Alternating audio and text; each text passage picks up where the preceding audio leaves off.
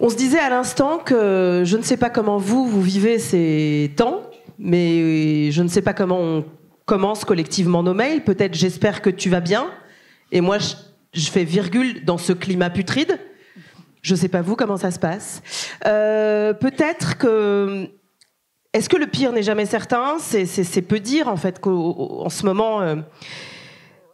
on est quand même dans un monde qui peut-être nous emmure un peu, qui nous sclérose. C'est peu dire si les imaginaires dont on parle souvent disponibles aujourd'hui sont plus que sombres. On parle de réarmement, on parle de guerre. Nous voilà tous collectivement engagés dedans. Autant dire que ce qu'on nous promet est loin d'être désirable. Alors, est-ce que véritablement le futur n'est jamais écrit ? Est-ce que le pire n'est jamais certain ? La séquence des législatives, dans la dissolution et des législatives nous a montré qu'il était peut-être possible encore de faire mentir les prophéties autoréalisatrices. Alors on va se poser cette question ce soir et se dire justement comment est-ce qu'on a pu collectivement arriver à ce présent et à ce futur qu'on nous propose. Est-ce que c'est si écrit et est-ce qu'il suffira peut-être juste de travailler les imaginaires pour faire en sorte que ceux qui mènent ces guerres culturelles soient battus. Eux, pour le coup, ils ont plutôt les moyens de leur combat. Est-ce qu'on peut dire la même chose de ceux qui sont de l'autre côté du miroir ? Je ne suis pas certaine. Quant aux USA, en ce moment, la science est attaquée. Quand des mots et des livres sont désormais interdits. Quand l'éducation au niveau fédéral est désossée. Et ce, seulement en quelques 60 jours au pouvoir. Voilà, on peut se dire que le pire est devant nous. Mais justement, on va essayer de conjurer le sort ce soir. Prenons le temps de poser ces actes pour penser et entrer en résistance et mettre en œuvre peut-être des futurs souhaitables. Alors au-delà des imaginaires et des contre-récits, on va essayer de rentrer dans le moteur en se disant concrètement qu'est-il encore possible de faire. Et je vais vous demander d'accueillir Michel Fer. Bonjour. Bonjour. Il est où votre micro, Michel ? Là.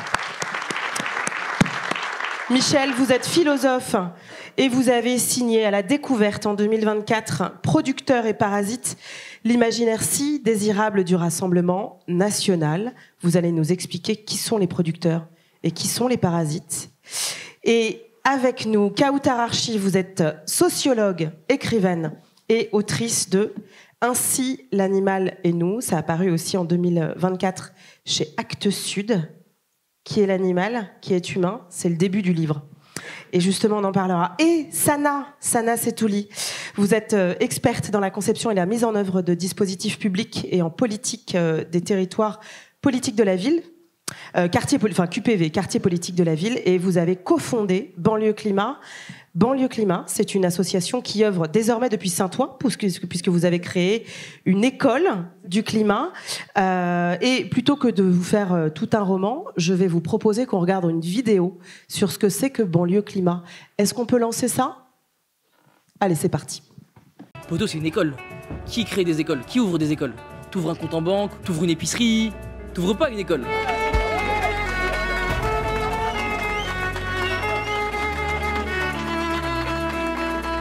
Aujourd'hui, avec fierté, nous sommes réunis pour inaugurer l'école populaire du climat. La première école populaire du climat, la première, hein, sachez-le, hein, la première. Ici, à Saint-Ouen, c'est un rêve partagé. C'est mon école, j'ai travaillé dur pour la construire. Il y a plus de 400 personnes qui ont envie de faire les choses. J'ai fait que pleurer toute la journée. Ça a été 2 ans de bataille et de combat. De voir Sana, moi, Abdelali et Fiou réunis, déjà ça c'est fou. Tu rajoutes Laurence Tubiana, elle fout quoi elle ? Ah ouais, Laurence tu nous kiffes, vas-y ça marche. Et ainsi de suite, plein de gens qui à un moment donné nous ont fait confiance. Mais la relève, elle est là. Sur le fond, on va être très exigeant. On va imposer notre propre légitimité parce qu'on va avoir les chiffres, on va être irréprochable, on va tout connaître. On va travailler en collaboration avec des chercheurs, des scientifiques, avec les écoles, les collèges, les lycées, les habitants. Donc on a un enjeu aussi à former toute une délégation qui va se partir à Belém pour la COP30 en novembre 2025. Aujourd'hui, ensemble, nous faisons le choix d'écrire l'histoire avec audace. Banlieue Climat, on touche en plein cœur.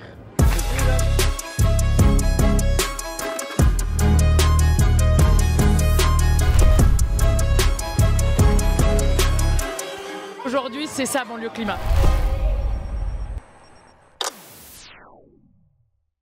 Ça fait envie. Et comme ça, vous allez savoir d'où parle Sana, mais on va commencer peut-être par le diagnostic, si vous permettez. On a le sentiment, Michel Ferrer, de vivre dans une forme de dystopie réelle en ce moment. Enfin, on savait ce qu'allait être Trump 2, on nous l'annonçait, on avait connu Trump 1. On avait ce sentiment d'un backlash qui était peut-être en train de revenir. Enfin, ce retour de bâton sur les questions féministes, sur les questions de racisme, sur les questions de sexisme, sur les questions écologiques. Je rappelle par ailleurs que hier a été voté un amendement pour revenir sur les zones à faible émission, entre autres choses. Après, ça peut être un dispositif qu'on peut discuter. Est-ce qu'on vit dans une dystopie réelle en ce moment?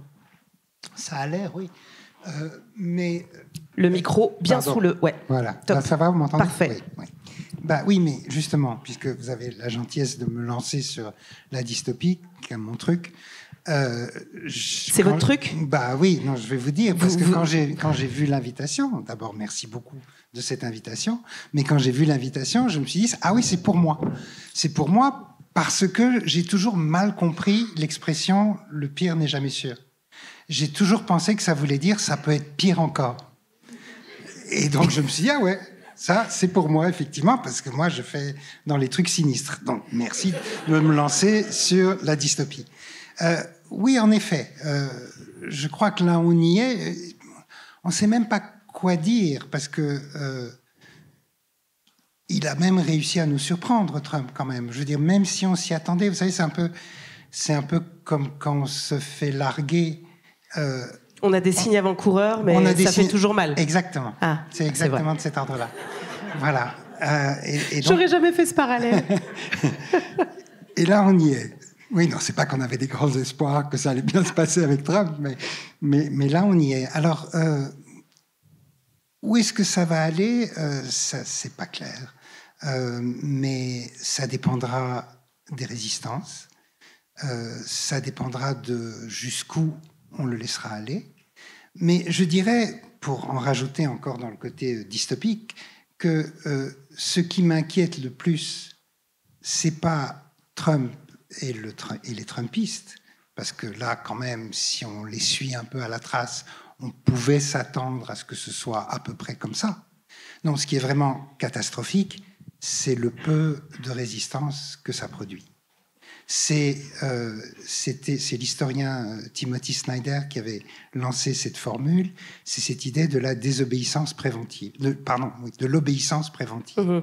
C'est-à-dire que pour ne pas avoir d'ennui, on obéit avant même de recevoir l'injonction. Et donc la manière dont, aux États-Unis, le Parti démocrate, à part Bernie Sanders éventuellement, et AOC, etc., qui font une tournée en ce moment, mais quand même essentiellement ils se couchent, la manière dont les universités non seulement se couchent, mais sont déjà dans la pleine collaboration. On croyait quand même que la collaboration, c'était avant tout une vieille tradition française, mais les Américains montrent qu'ils font ça encore mieux, d'une certaine façon, encore plus loin. Donc, les universités, le Parti démocrate, la tétanisation de beaucoup d'intellectuels quand même, que je peux comprendre, parce que c'est vraiment... c'est pas un coup sur la tête, c'est un coup sur la tête. Non, c'est un tapis de bombe, il y a une part de sidération, mais ce que vous êtes en train de nous dire, c'est que cette forme de docilité, on l'a quoi? On l'a organisée, on l'a construite, elle a été travaillée. Je crois. Ça arrive pas de nulle part. Je crois qu'on a beau se dire le fascisme arrive, le fascisme arrive, on n'est pas prêt. À voir le fascisme arriver? On n'est pas prêt à voir le fascisme arriver. Surtout, je pense qu'on n'est pas prêt à y répondre. On ne sait pas comment faire. On ne sait plus comment faire. Il faut voir que un peu les grilles de lecture, y compris de gauche, ne sont pas toujours très adaptées au fascisme. Par exemple, puis je vais quand même laisser parler les autres, mais juste une dernière chose. Du côté de la gauche, par exemple, aux États-Unis, on s'accroche un peu à dire tout ça, c'est la faute des libéraux qui nous ont amenés là.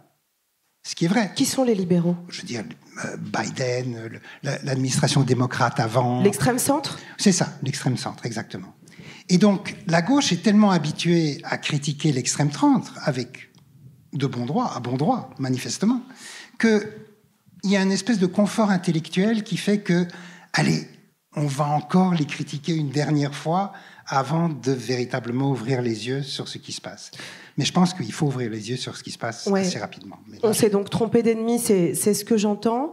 C'est-à-dire que... Il y en a un nouveau. Oui, il y en a peut-être un plus gros. Il ne faut pas se battre, mener les batailles d'hier. Voilà. Kautar Archi, comment est-ce que vous pourriez qualifier l'époque qu'on est en train de traverser ? Je parlais de backlash. Vous qui travaillez à la fois sur les questions de sexisme, de féminisme, d'écologie, sur le rapport au vivant, humain, non humain. Est-ce que là, en fait, on est de retour, on a fait quoi ? 100 ans de retour arrière ? Comment est-ce que vous voyez les choses ? Bonsoir à tous et à toutes. Je suis très heureuse d'être avec vous ce soir et de partager cet échange avec ces personnes. Comment qualifier l'époque ? On peut dire qu'elle est violente, on peut dire que c'est une époque marquée par des génocides, on peut dire que c'est une époque qui, à mon sens, ne revient pas en arrière, mais poursuit le chemin sur lequel on est quand même lancé depuis un certain temps. Alors oui, bien sûr, ont eu lieu les décolonisations, bien sûr ont eu lieu les indépendances, bien sûr ont eu lieu des avancées vers quelque chose qu'on peut appeler le progressisme en termes de droit. La question de la reconnaissance culturelle a été très, très fortement portée. Mais il me semble que les forces sombres, des forces mortifères, le nationalisme, l'impérialisme, les phénomènes de colonialité, les phénomènes de destruction de la terre, les phénomènes d'extractivisme à la fois des ressources naturelles, mais aussi en lien avec les corps les plus faibles, les plus vulnérables. Ce sont des mouvements qui n'ont jamais disparu, en fait. Ce sont des choses qui ont circulé d'un continent à l'autre. Certains continents ont pu se placer du côté du progrès, ont pu construire quelque chose qui relève de la vie bonne. Mais cette vie bonne, elle a été réalisée en Occident principalement, sur le dos, sur les corps, sur la sueur d'autres populations. Donc il me semble qu'on a tout intérêt à voir évidemment les choses avec une centralité française, européenne, mais la question elle est mondiale. La question pour moi elle est mondiale, c'est-à-dire qu'elle pose véritablement la question aussi des phénomènes autour des questions des transnationalismes et alors pardon, comme disait pardon. Michel, pardon de vous couper Kautar, juste pour être clair. Quand vous parlez de vie bonne et que finalement il y aurait une forme de circularité et que ces espaces de colonialité, d'empire, d'extractivisme, etc. ont bougé, ça veut dire que ce qu'on a considéré comme des vies bonnes en Europe, dans cette logique de centralité, puisque nous serions au centre de ce monde-là, elle a eu un prix qu'on n'a pas souhaité voir, et là on est dans une forme de continuum, et ce qu'on pensait être en dehors de notre espace, c'est-à-dire la guerre, le rapport de force, les rapports de domination, les rapports extractivistes, sont en train de revenir parce qu'on les avait oubliés. En fait, c'est comme s'ils étaient en train de revenir, effectivement, de gagner du terrain, parce que la surface de la Terre n'est pas infinie. Et à un moment donné, vous créez des phénomènes, vous créez des formes de violence, et tout ça se rapproche de vous, parce que tout ça prend de la place, tout ça gonfle, tout ça prend de plus en plus d'ampleur, et on est de plus en plus confronté à ce phénomène-là. Je crois que une certaine forme de consumérisme, une certaine société construite sur des formes de marchandisation, une sorte d'idéal libéral nous a aussi, oui, d'une certaine manière bercé d'illusions en considérant que finalement nous étions en paix, mais cette paix, elle n'est que superficielle en fait. Ce n'est que la forme de paix qui vous encourage à croire qu'en consommant de telle manière ou de telle autre manière, vous accéderez à une forme de bien-être ou de bonheur. Donc on est sur des phénomènes très entrelacés Et il me semble que l'une des questions centrales, c'est la question de la gauche, c'est ce que disait aussi Michel. Qu'est-ce que l'on peut faire? Quelles sont les formes stratégiques que l'on peut développer? Est-ce que la gauche peut encore faire quelque chose? De quelle gauche parlons-nous? Ça, ce sont vraiment des questions pour moi qui sont essentielles. Et on va y revenir. Je continue notre tour de table. Sana, de l'endroit où vous êtes, à Saint-Ouen et ailleurs, hein, parce que vous êtes aussi à Cergy, enfin vous êtes partout. Ferris, qu'on a vu, il est à Strasbourg. Qu'est-ce que ça veut dire, ce rapport à la guerre, ce rapport à la domination, ce rapport à l'écrasement? Finalement, quand on est banlieusard, est-ce qu'on n'est jamais véritablement sorti de cet état? Bonsoir à toutes et à tous. En fait, nous, la façon dont on vit les choses, elle est très particulière. Parce qu'en fait, on la vit, quoi. Enfin, on essaie de la vivre positivement. Quand je dis positivement, c'est c'était prévisible. Donc, ça fait plus de 20 ans suite aux émeutes de 2005. On prend cher à la mort de Ziad Ebouna et on prend cher depuis plusieurs années. On est les héritiers aussi de nos parents, de leur souffrance qu'ils ont pu avoir et tout ce qui s'ensuit. Et aujourd'hui, nous, ce qu'on essaie de faire avec le collectif, avec Banlieue Climat, c'est de se dire comment on analyse. Alors on est 2 générations, donc on est 4 cofondateurs, donc génération 80 et puis la génération nouvelle génération 2000 avec Ferris, où on se dit qu'est-ce qu'on peut faire dans cet état, suite d'ailleurs aux dernières dissolutions qui ont eu lieu. On y a cru, on s'est battu, on s'est mobilisé et on voit bien que la mobilisation, quand le collectif s'unit pour porter la cause, il y a quelque chose. Maintenant, qu'est-ce qu'on en fait? On ne sait pas. Et après cette union et ce résultat, il y a eu de la déception de voir qu'il n'y avait pas forcément d'unité. On parlait de gauche. Maintenant, en fait, on se dit ça va être chaud derrière de remobiliser les troupes, de nous appeler, de nous dire voilà, il faut aller sur le terrain, c'est la guerre, c'est la merde. Là, il va falloir passer la 5e. Donc du coup, nous, ce qu'on fait, on essaie de se poser, de décrypter, de vulgariser. Ce qui est surintellectualisé, ce qu'on est en train de dire, on essaie de se poser, de se dire bon, nous à notre échelle, où on en est, comment on décrypte la chose et comment on agit et quel est notre positionnement à notre échelle. Et là, nous, en fonction de plusieurs choses qu'on est en train de dire, sur les narcotrafiquants, sur le port du voile dans les espaces sportifs, en fait, on est en train de vivre tellement de choses, on est partout. C'est un tapis de bombe, ouais. C'est un tapis de bombe, et en même temps, et sans faire abstraction de ce qui se passe autour de nous, à Gaza et tout ce qu'on peut voir autour de nous, on se dit, mais comment on fait pour agir à notre niveau? Et puis après, tu as aussi le climat, l'accélération, et il y a un peu tout ça.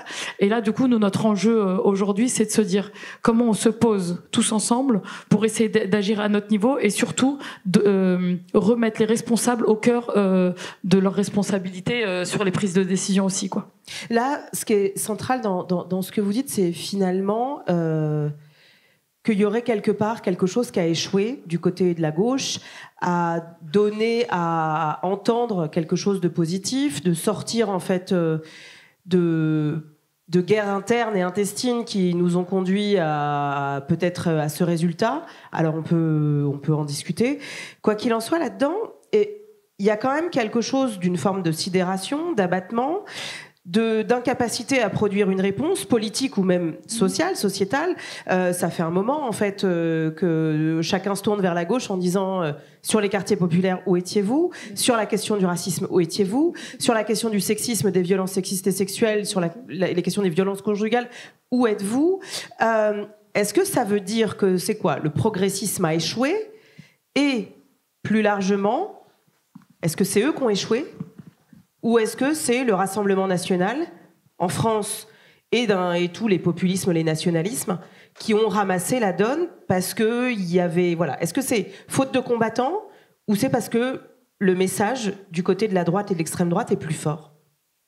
Michel. Un petit retour en arrière, parce que, après vous avoir écouté toutes les deux, il me semble que... si on veut poser un diagnostic, il faut se poser une question préalable qui est jusqu'à quel point le pire dans lequel on est pour le moment est la continuation, l'accélération du pire dans lequel on est depuis longtemps. C'était un peu, je crois, ce que disait notamment Kautar, c'était un petit peu ce que tu reprenais aussi. C'est un peu aussi... c'est une expression qui revient beaucoup ces derniers temps, qui est la fameuse expression d'Aimé Césaire, même si, semble-t-il, c'était pas lui qui l'avait trouvée, mais c'était sa compagne, mais il l'a reprise, ce qui est l'idée de l'effet boomerang. C'est-à-dire que l'Occident, après avoir fait tout ce qu'il a fait aux pays qu'ils ont colonisés, ça leur revient sur la tête, sur la figure, avec le nazisme, avec les fascismes des années 30. Et donc il y a un petit peu ce côté-là, voilà, avec Trump, avec Poutine, là, vous subissez... Vous passez aussi à la caisse. Voilà, exactement. Bon. Donc ça, c'est une manière de dire qu'il y a une continuité. Et jusqu'à un certain point, on peut marquer les continuités. Quand on dit effectivement le racisme et le sexisme qui s'accélèrent aujourd'hui, il était déjà là il y a 10 ans, il y a 15 ans, et donc il y a une espèce d'accélération. C'est vrai. Mais d'un autre côté, il me semble qu'il y a aussi quelque chose de neuf qui est en train d'apparaître. Et qui est encore pire, mais qui est autre chose.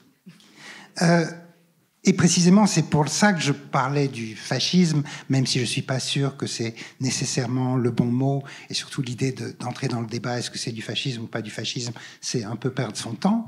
Mais quand même, il me semble qu'il y a quelque chose de nouveau dans non seulement la montée des extrêmes droites un petit peu partout, mais si on prend encore plus de recul au niveau géopolitique, on voit qu'on est en train de voir un monde qui émerge, qui est un monde dirigé par des potentats. Il y en a à Washington, il y en a à Moscou, il y en a à Jérusalem, il y en a à Ankara, il y en a à Delhi. On pourrait continuer comme ça. Mais il y a en tout cas cette espèce d'aéropage de potentats. Que des hommes, tiens. Que des hommes, d'ailleurs. Mais bon, ça, c'est pas si nouveau, mais enfin, quand même. Mais on peut se demander, est-ce que c'est le même impérialisme qu'avant ? Et là, je ne crois pas. Je crois qu'on a un intérêt à marquer le contraste. Je veux dire, prenez par exemple la guerre en Irak, Bush, etc. Il me semble Bush que... père. Bush fils. Bush fils. La deuxième guerre en Irak. Le premier avait déjà commencé, mais le deuxième est allé encore plus loin. Et là, je pense qu'on a un point de bascule qui est le dernier avatar d'un certain type d'impérialisme que Hannah Arendt, par exemple, appelait l'impérialisme colonial. C'est-à-dire, c'est un impérialisme projectif. Ce sont des puissances qui se disent je suis le représentant de l'universel, je suis le représentant de la civilisation et du progrès, et j'ai le droit d'occuper d'autres pays pour leur amener la civilisation. C'est la fameuse mission civilisatrice de l'impérialisme français. C'est le fardeau de l'homme blanc de l'impérialisme britannique. C'est apporter l'American Way of Life au monde dans l'impérialisme américain. C'est aussi, si on veut, d'une certaine façon, l'idée d'apporter le socialisme d'État dans l'impérialisme soviétique. Mais ça, c'est des impérialismes projectifs où il s'agit de projeter son propre génie sur le monde pour l'élever.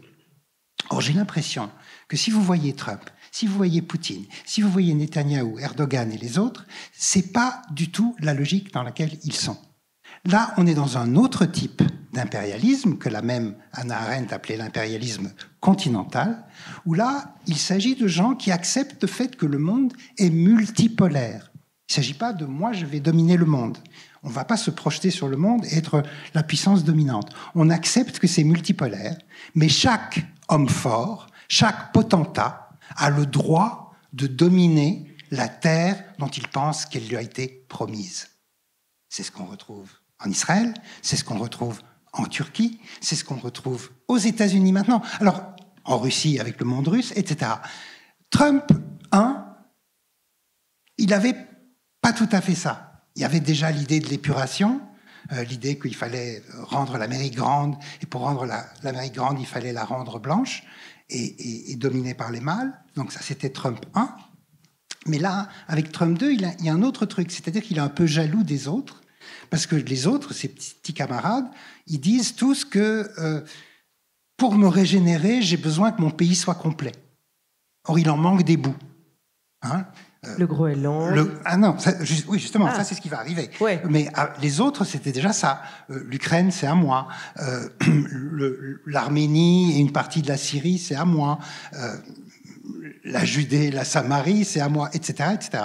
Et lui était un peu jaloux parce que lui, les États-Unis, c'était complet. Puis il s'est dit non, il y a le Groenland. Et puis il y a aussi Panama. Et puis on pourrait même penser au Canada. Mais cette idée, c'est pas du tout un impérialisme mondial. C'est l'idée qui était déjà la doctrine Monroe au XIXe siècle, qui était l'idée d'un juriste nazi qui s'appelait Carl Schmitt, et qui était l'idée que le monde doit être divisé en une série de grands espaces dominés par la puissance qui a le droit de les dominer. Et je crois qu'on en est là. Et c'est pas un imaginaire, et je termine là-dessus, c'est pas un imaginaire colonial au sens où il ne s'agit pas d'aller apporter la bonne parole aux autres. Ça, ils s'en foutent. Parce que surtout, ces gens-là, ils n'aiment pas l'idée d'apporter la bonne parole aux autres, parce que quand on apporte la bonne parole aux autres, après ça, les autres, ils immigrent, ils viennent, ils veulent venir chez nous. Donc ça, on ne veut surtout pas. Non, là, il ne s'agit pas de ça. C'est pas un imaginaire d'occupation et de civilisation, c'est un imaginaire d'épuration. Mmh. C'est l'idée que là où je dis que c'est chez moi, il n'y a que mon peuple qui a le droit d'avoir les pleins droits. Mmh. Et les autres, ils se cassent, ou on s'en débarrasse.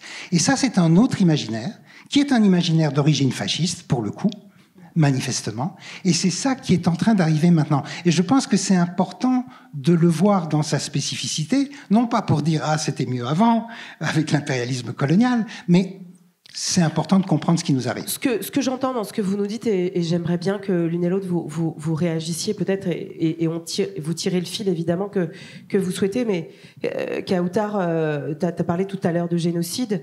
On a aussi cette notion de tous les impurs finalement, et c'est aussi l'objet de ce livre, les femmes que l'on possède, la planète que l'on possède et qu'on exploite, les femmes que l'on possède et qu'on tue ou qu'on violente, l'homme racisé, ses corps qu'on violente et qu'on exploite évidemment, mais on peut aller encore plus loin, à tel point que, ton livre s'ouvre sur une scène où dans un quartier, tu as des gamins qui jouent autour d'une piscine et qui est l'humain, qui est l'animal, quand le policier arrive avec un chien qui finit par mordre un gamin qui est dans la piscine et où l'animateur qui tape sur le chien se voit lui-même défoncé en fait par le policier qui dit tu ne fais pas ça à mon animal. Il y a quelque chose en fait de cet ordre-là. On est dans un est-ce que c'est un ordre si nouveau? Est-ce qu'on est dans quelque chose en fait qui a permis de faire sauter des barrières qui jusque-là, parce que le nazisme et le fascisme étaient passés par là, on pensait être si lointaines? Dans quel état on est justement là-dessus? Oui, j'entends ce que dit Michel sur le fait qu'effectivement nous sommes dans une période où les stratégies impérialistes et coloniales prennent d'autres chemins. C'est juste, et on le ressent en France par exemple. En France, des personnalités publiques comme Darmanin, comme Retailleau, mais on peut remonter jusqu'à Nicolas Sarkozy et d'autres avant lui, effectivement, n'ont plus été dans des discours vantant une quelconque forme d'expansion, avec cette idée que la France doit aller au-delà d'elle-même, quoique voilà, par rapport à des stratégies militaires d'ingérence en Afrique, il continue quand même d'y avoir quelque chose de cet ordre-là, mais davantage sur l'idée que c'est la France qui est envahie, c'est la France qui est colonisée par des personnes que l'on estime être indésirables, mais indésirables pas seulement au sens ce sont des personnes qu'on ne veut pas voir sur notre terre, mais même au sens le plus terrible, ce sont des personnes qu'on ne veut pas voir sur la terre. Ce sont des personnes qu'on ne veut pas voir, et c'est absolument flagrant pour qui suit la question, par exemple, des politiques européennes de Frontex. On voit les personnes exilées errer de port en port à la recherche d'une personne, d'une autorité publique qui acceptera de leur ouvrir les bras, c'est-à-dire de leur ouvrir l'accès à la terre, c'est-à-dire très concrètement de quitter la surface des eaux, de quitter les bateaux de fortune et de caoutchouc, et vraiment de pouvoir à nouveau poser leurs pieds sur le sol le plus ferme. Donc on voit que ce qui existe souvent à l'état de métaphore, à l'état d'imaginaire, est aujourd'hui concrétisé par des politiques de mortification, ce que moi j'ai qualifié dans l'ouvrage l'entrée dans la zoopolitique, en fait. C'est-à-dire que tout d'un coup, la frontière n'est plus entre les humains et les animaux, quoique cette frontière était déjà très grandement critiquable, mais entre les êtres humanisés et les êtres animalisés. Et on voit là à quel point la question écologique est présente, puisque cette différence, cette frontière entre les êtres humanisés qui appartiennent à la communauté morale et dont on va s'inquiéter, dont on va tenter de soigner les blessures, dont on va tenter de soigner les maladies, des corps qu'on va chercher à nourrir, sont systématiquement mis en opposition avec des corps que l'on considère être des corps qui doivent mourir. Et je pense que... Je t'en prie. Non, mais parce que, pardon, je tire ce fil et je te coupe. C'est que ça renvoie dans le vocabulaire aussi à Nicolas Sarkozy qui, en 2005, pour reprendre... avant Ziad Ebouna, en juin, à la Courneuve, parle de nettoyer la cité au Karcher. On parle de grand remplacement, mais il faut se souvenir qu'à la mort de Naël Merzouk en juin 2023, en juillet, le syndicat Alliance et UNSA-Police commettent un communiqué de presse où ils parlent d'une guerre où il faudrait exterminer des nuisibles.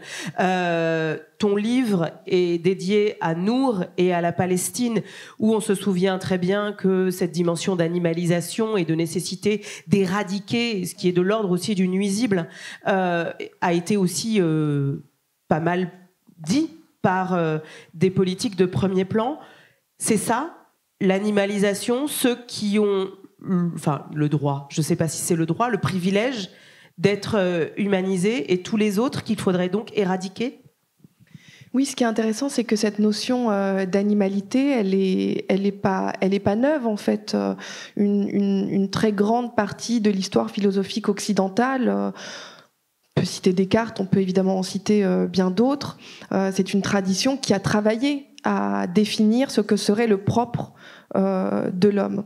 Donc, dans l'histoire de la production des connaissances, dans l'histoire de la production des savoirs, il y a dans cette pensée occidentale qui, par la suite, va connaître des formes d'occidentalisation à travers le reste du monde, des distinctions qui sont des distinctions absolument majeures, qui sont activées de manière plus ou moins intense selon les intérêts, selon les contextes, selon les périodes qui sont vécues. Et ce que j'ai voulu essayer de montrer avec ce texte-là, c'est que la question animale est absolument présente dans tout ce que nous vivons. Les formes d'impérialisme, les formes de colonialisme, les formes de domination masculine considèrent qu'il y a une partie de l'humanité qui n'appartient pas à l'humanité, que certains êtres sont des êtres de moindre humanité. C'est une justification, en fait. C'est une justification du dispositif qui est effectivement réactivé. C'est quelque chose qui était déjà très présent dans l'Allemagne nazie. Et on voit cela se perpétuer jusqu'à nos jours. Mais ce qui me semble être aussi important à dire, c'est aussi toutes les violences qui se perpétuent au-delà même de la mort. Ça, c'est aussi quelque chose qui me semble absolument frappant. Alors, est-ce que c'est complètement neuf? Est-ce que c'est complètement ancien? C'est toujours difficile de faire la part des choses de ce point de vue-là. Mais il y a aussi quelque chose auquel, à mon sens, il faut prêter attention. Et c'est quelque chose qui doit nous aider peut-être encore plus à nous organiser, c'est tout ce qui relève de ce qu'on appelle les nécroviolences. C'est-à-dire les nécroviolences, les nécropolitiques, ce sont des thèmes, des concepts qui ont été développés par des chercheurs américains, notamment un anthropologue qui a travaillé sur la manière dont les migrants mexicains, en traversant les déserts pour rejoindre les États-Unis, sont à la fois tués, ils finissent par mourir dans ces déserts, mais même une fois morts, leur corps continue d'être traité d'une certaine manière. En Palestine, par exemple, typiquement, c'est le fait de ne pas rendre la dépouille. C'est le fait de garder les corps pendant des années, ce qui est une manière de continuer à faire souffrir la famille, mais aussi, d'un point de vue quasi métaphysique, de continuer à faire souffrir le mort, qui, même mort, ne trouve pas de repos. Ça, c'est quelque chose sur lequel il me semble que c'est aussi important d'insister quand on fait ce travail de diagnostic. Alors, il n'y a rien de joyeux là-dedans. Enfin, à chaque fois, je le dis, parce qu'à chaque fois, dans le public, finalement, il y a quelqu'un qui lève la main, j'espère que ce ne sera pas le cas ce soir, pour dire « mais c'est un peu triste tout ça », donc je vous demande, s'il vous plaît, de ne pas commenter nos propos ensuite en disant « c'est triste ». On sait que c'est vraiment pas simple. Mais ça reste important, parce que ça reste la question de la vie et de la mort. Vraiment, je le dis à chaque fois, mais ça compte. Alors évidemment, ça compte, mais je pense que ce qui est aussi important, c'est de poser un diagnostic qui soit clair, précis, pour voir à quel point justement le tapis de bombe dont nous parlait Sana tout à l'heure nécessite en fait une action concertée, et ce sur tous les plans, et qu'il n'y a rien qui soit juste symbolique ou anecdotique. Tout a une importance politique, mais je voudrais qu'on continue sur les nuisibles, et ensuite je vous donne la parole, Michel. Mais Sana, justement, cette notion-là de nuisible, de sauvage, on l'a vécu, hein, les sauvageons, cet échevènement déjà, et derrière, en fait, le champ lexical du banlieusard, de cette racaille qu'il fallait exterminer au Karcher, elle a continué. Qu'est-ce que ça fait, toi? Comment tu vois ce que ça crée chez les jeunes avec lesquels tu travailles? Quand tu as repris un peu cette phrase de Nicolas Sarkozy, aujourd'hui elle est symbolique, hein, quand on voit un peu... Ça a été un moment de bascule.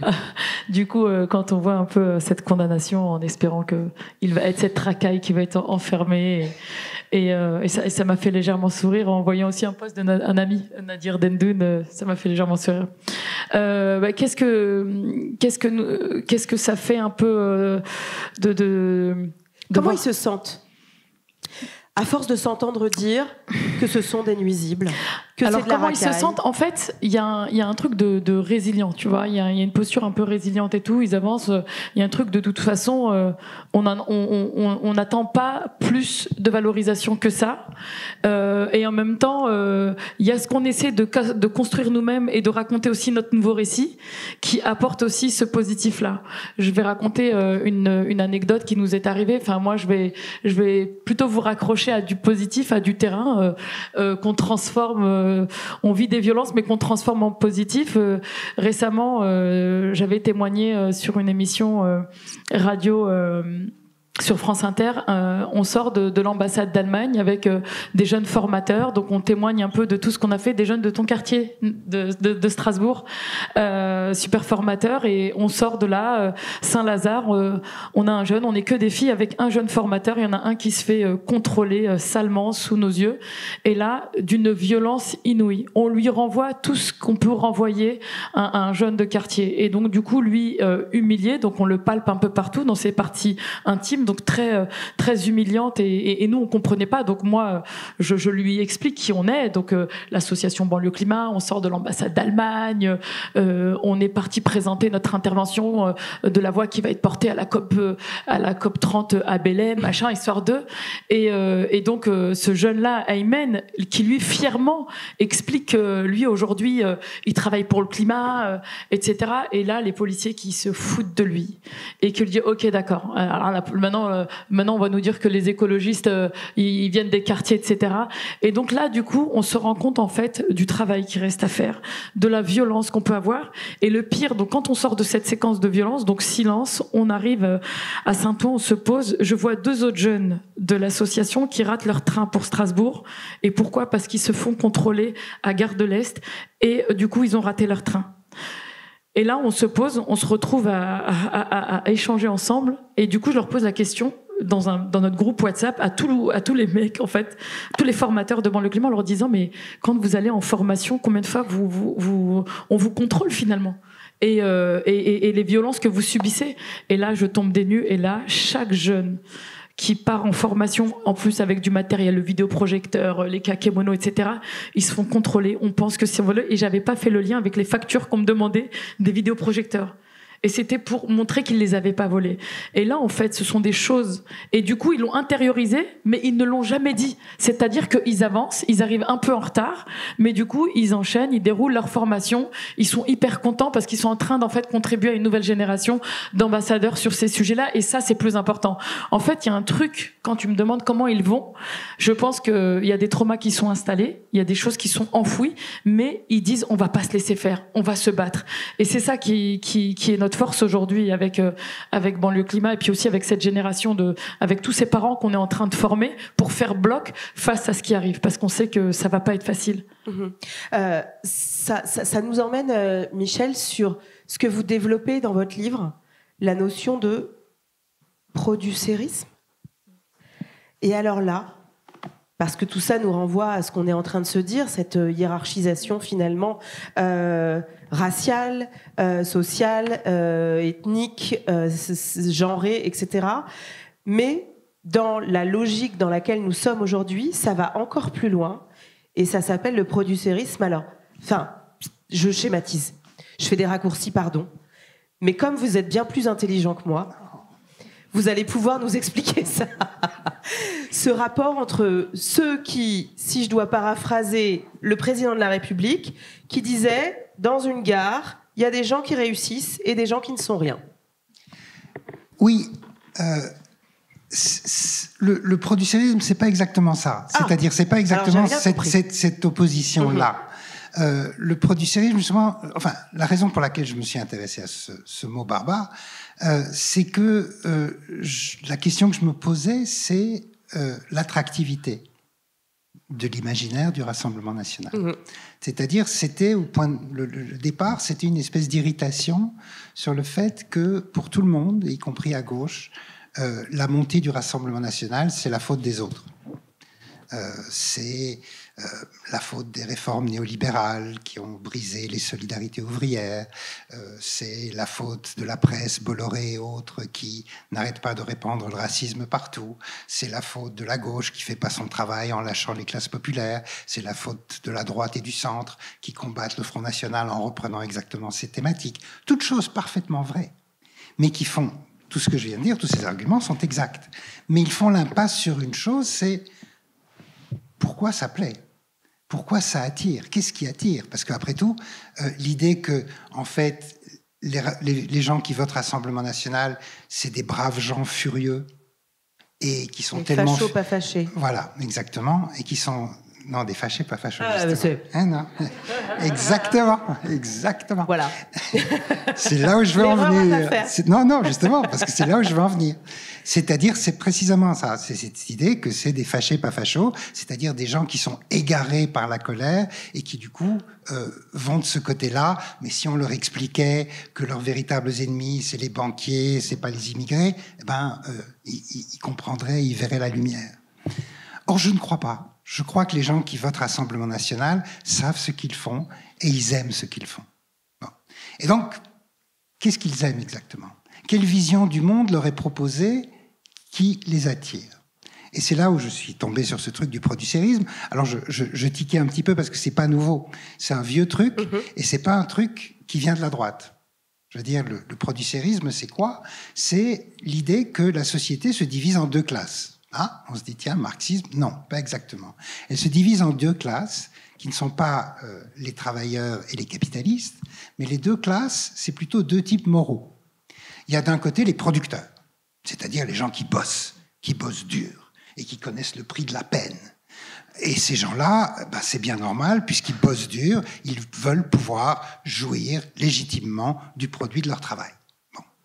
Donc, si dans la société, il n'y avait que des producteurs, tout irait bien. Hein.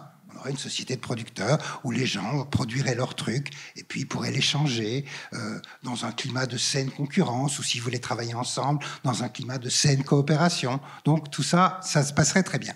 Pourquoi ça se passe mal? Parce qu'il y a une deuxième catégorie de gens qui, eux, ne foutent rien, qui, eux, travaillent pas, mais qui, par contre, sont très malins au moment de voler, de dérober le produit du travail des autres. Et ça, c'est les parasites. Donc, le producérisme, au départ, c'est la division de la société en deux classes, les producteurs et les parasites. Les producteurs qui produisent des trucs, qui font des trucs utiles, et les parasites qui ne sont là que pour piquer le produit du travail des producteurs. Mais ça se complique de deux manières. Premièrement, dans cet imaginaire-là, les parasites, il y en a toujours deux catégories. Il y a les parasites d'en haut et les parasites d'en bas. Les parasites d'en haut, ils produisent rien, ils sont dans la circulation du capital. C'est ou le bien rentier. Le rentier. Le rentier, le banquier, le financier, le type qui fait de l'argent avec de l'argent mais qui produit rien. Bon, ça c'est un. Et puis il y a ceux qui sont aussi dans la circulation du capital culturel. Des gens comme nous, quoi, qui font rien d'utile, faut bien le dire. Mais on voulait vous en parler, Michel. mais qui sont très malins au moment d'entourlouper les gens et de faire prendre des vessies pour des lanternes. Ce que Trump appelle les woke, quoi. Exactement. D'accord. Voilà. Donc ça, c'est les parasites d'en haut. Donc les intellos d'un côté, les rentiers de l'autre. Bien. Et puis les parasites d'en bas, c'est les assistés. Hein. C'est les gens qui ne produisent rien, mais qui vivent de la redistribution des revenus qu'ils n'ont pas contribué à générer. Bien. On voulait t'en parler, ça. C'est ça. C'est ça. Tous là, ouais. Un panel de parasites. En haut. C'est pour ça qu'on est à côté, en fait. Voilà. Je suis le bas, il est le haut. Elle aussi, elle est le haut. Hein. Elle est la middle. Et donc, du coup, l'idée, c'est que pour que la société soit heureuse, il faut se débarrasser des parasites. Parce que si on se débarrasse des parasites, on sera dans une société de producteurs qui vivront de leur travail et tout se passera bien. Bon. Et donc, c'est ce que je disais tout à l'heure, c'est cet imaginaire qui n'est pas un imaginaire de la domination, parce qu'on ne veut pas faire que le parasite devienne ma servante, mon ouvrier, même mon esclave. Ce qu'on veut, c'est qu'il se casse. On veut l'éradiquer. On veut l'éradiquer. En tout cas, s'en débarrasser, l'écarter autant que possible. Et ça, cet imaginaire-là, il est très gratifiant. Il est très gratifiant pour ceux qui disent, à qui on dit, vous êtes les bons producteurs, mais pourquoi les choses vont pas bien? Parce qu'il y a des gens qui vous piquent ce qui devrait vous revenir. Bon, donc ça, déjà, c'est gratifiant. Mais c'est encore plus gratifiant, parce que le Rassemblement national, l'extrême droite d'une manière générale, est le seul qui peut dire la chose suivante. Petit détour. Si vous êtes libéral, vous dites aux gens, si vous voulez que les choses s'améliorent, elles peuvent s'améliorer, mais il faut que chacun se prenne en main. Qu'on cesse de compter sur les allocs, qu'on cesse de compter sur l'État, qu'on cesse de compter sur les syndicats. Chacun doit se prendre en main. La liberté, ça va avec la responsabilité. Donc ça dit aux gens, si vous voulez que les choses s'améliorent, il faudra un petit peu changer vos comportements. Et si vous êtes de gauche, vous dites, si vous voulez que les choses s'améliorent, il faut redistribuer, il faut partager davantage. Bon.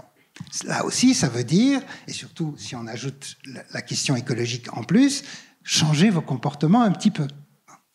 Alors que l'extrême droite, c'est les seuls qui peuvent dire, avec nous, les choses vont s'améliorer, et vous, à qui je parle, vous n'aurez rien à changer à ce que vous faites. Parce qu'on va vous débarrasser des autres, qui d'ailleurs ne sont pas comme vous, et du coup, les choses vont s'améliorer.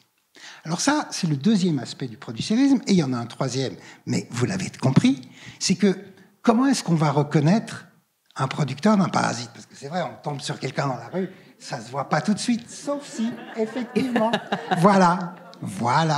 Et c'est là où on a une espèce de racialisation tendancielle du producérisme.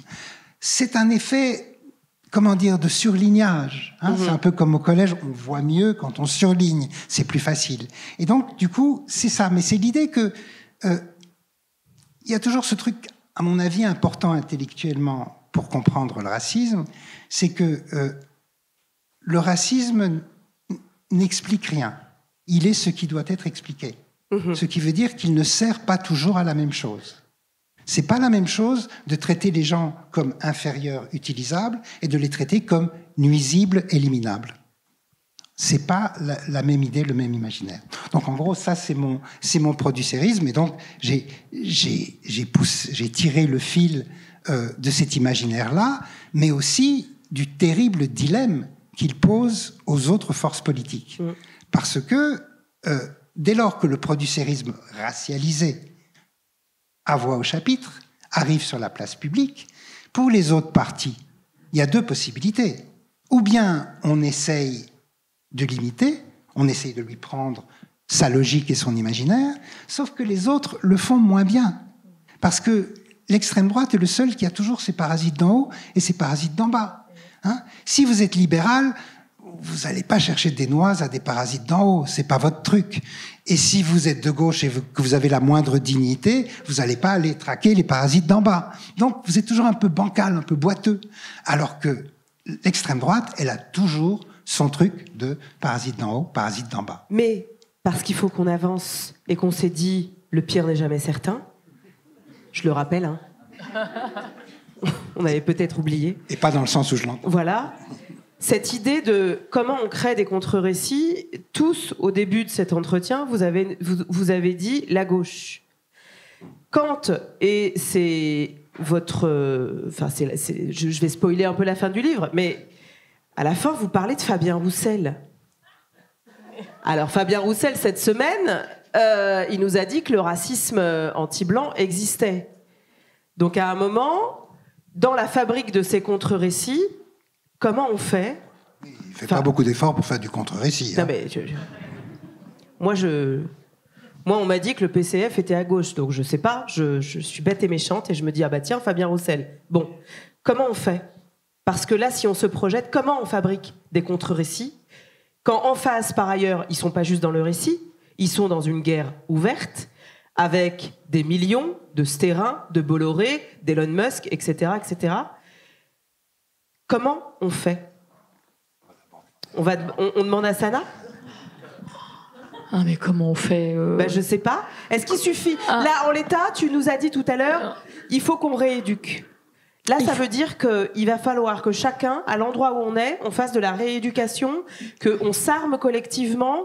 Et, enfin, est-ce qu'on a le temps ? On n'a pas le temps, et comment on fait ? Et en plus, on va tous crever à plus 4 degrés. C'est ça. Et en fait, moi, j'ai un truc d'assez... je veux pas dire que je suis en colère contre la gauche, mais... T'as le droit de le dire. Ils foutent le seum, en fait. C'est ça que j'ai envie de dire. C'est que on n'a pas le temps, et là, en fait, ce qu'on est en train d'observer comme spectacle, ce qu'on nous donne en spectacle, à se déchirer d'une union qui était partie quand même... qui nous a donné pas mal d'espoir, etc. En fait, on n'y croit plus presque. Enfin, il y a un truc de. Donc, ce que tu es en train de nous dire, c'est que je suis en train de la gauche. Moi, ce que je suis et que les leviers, c'est.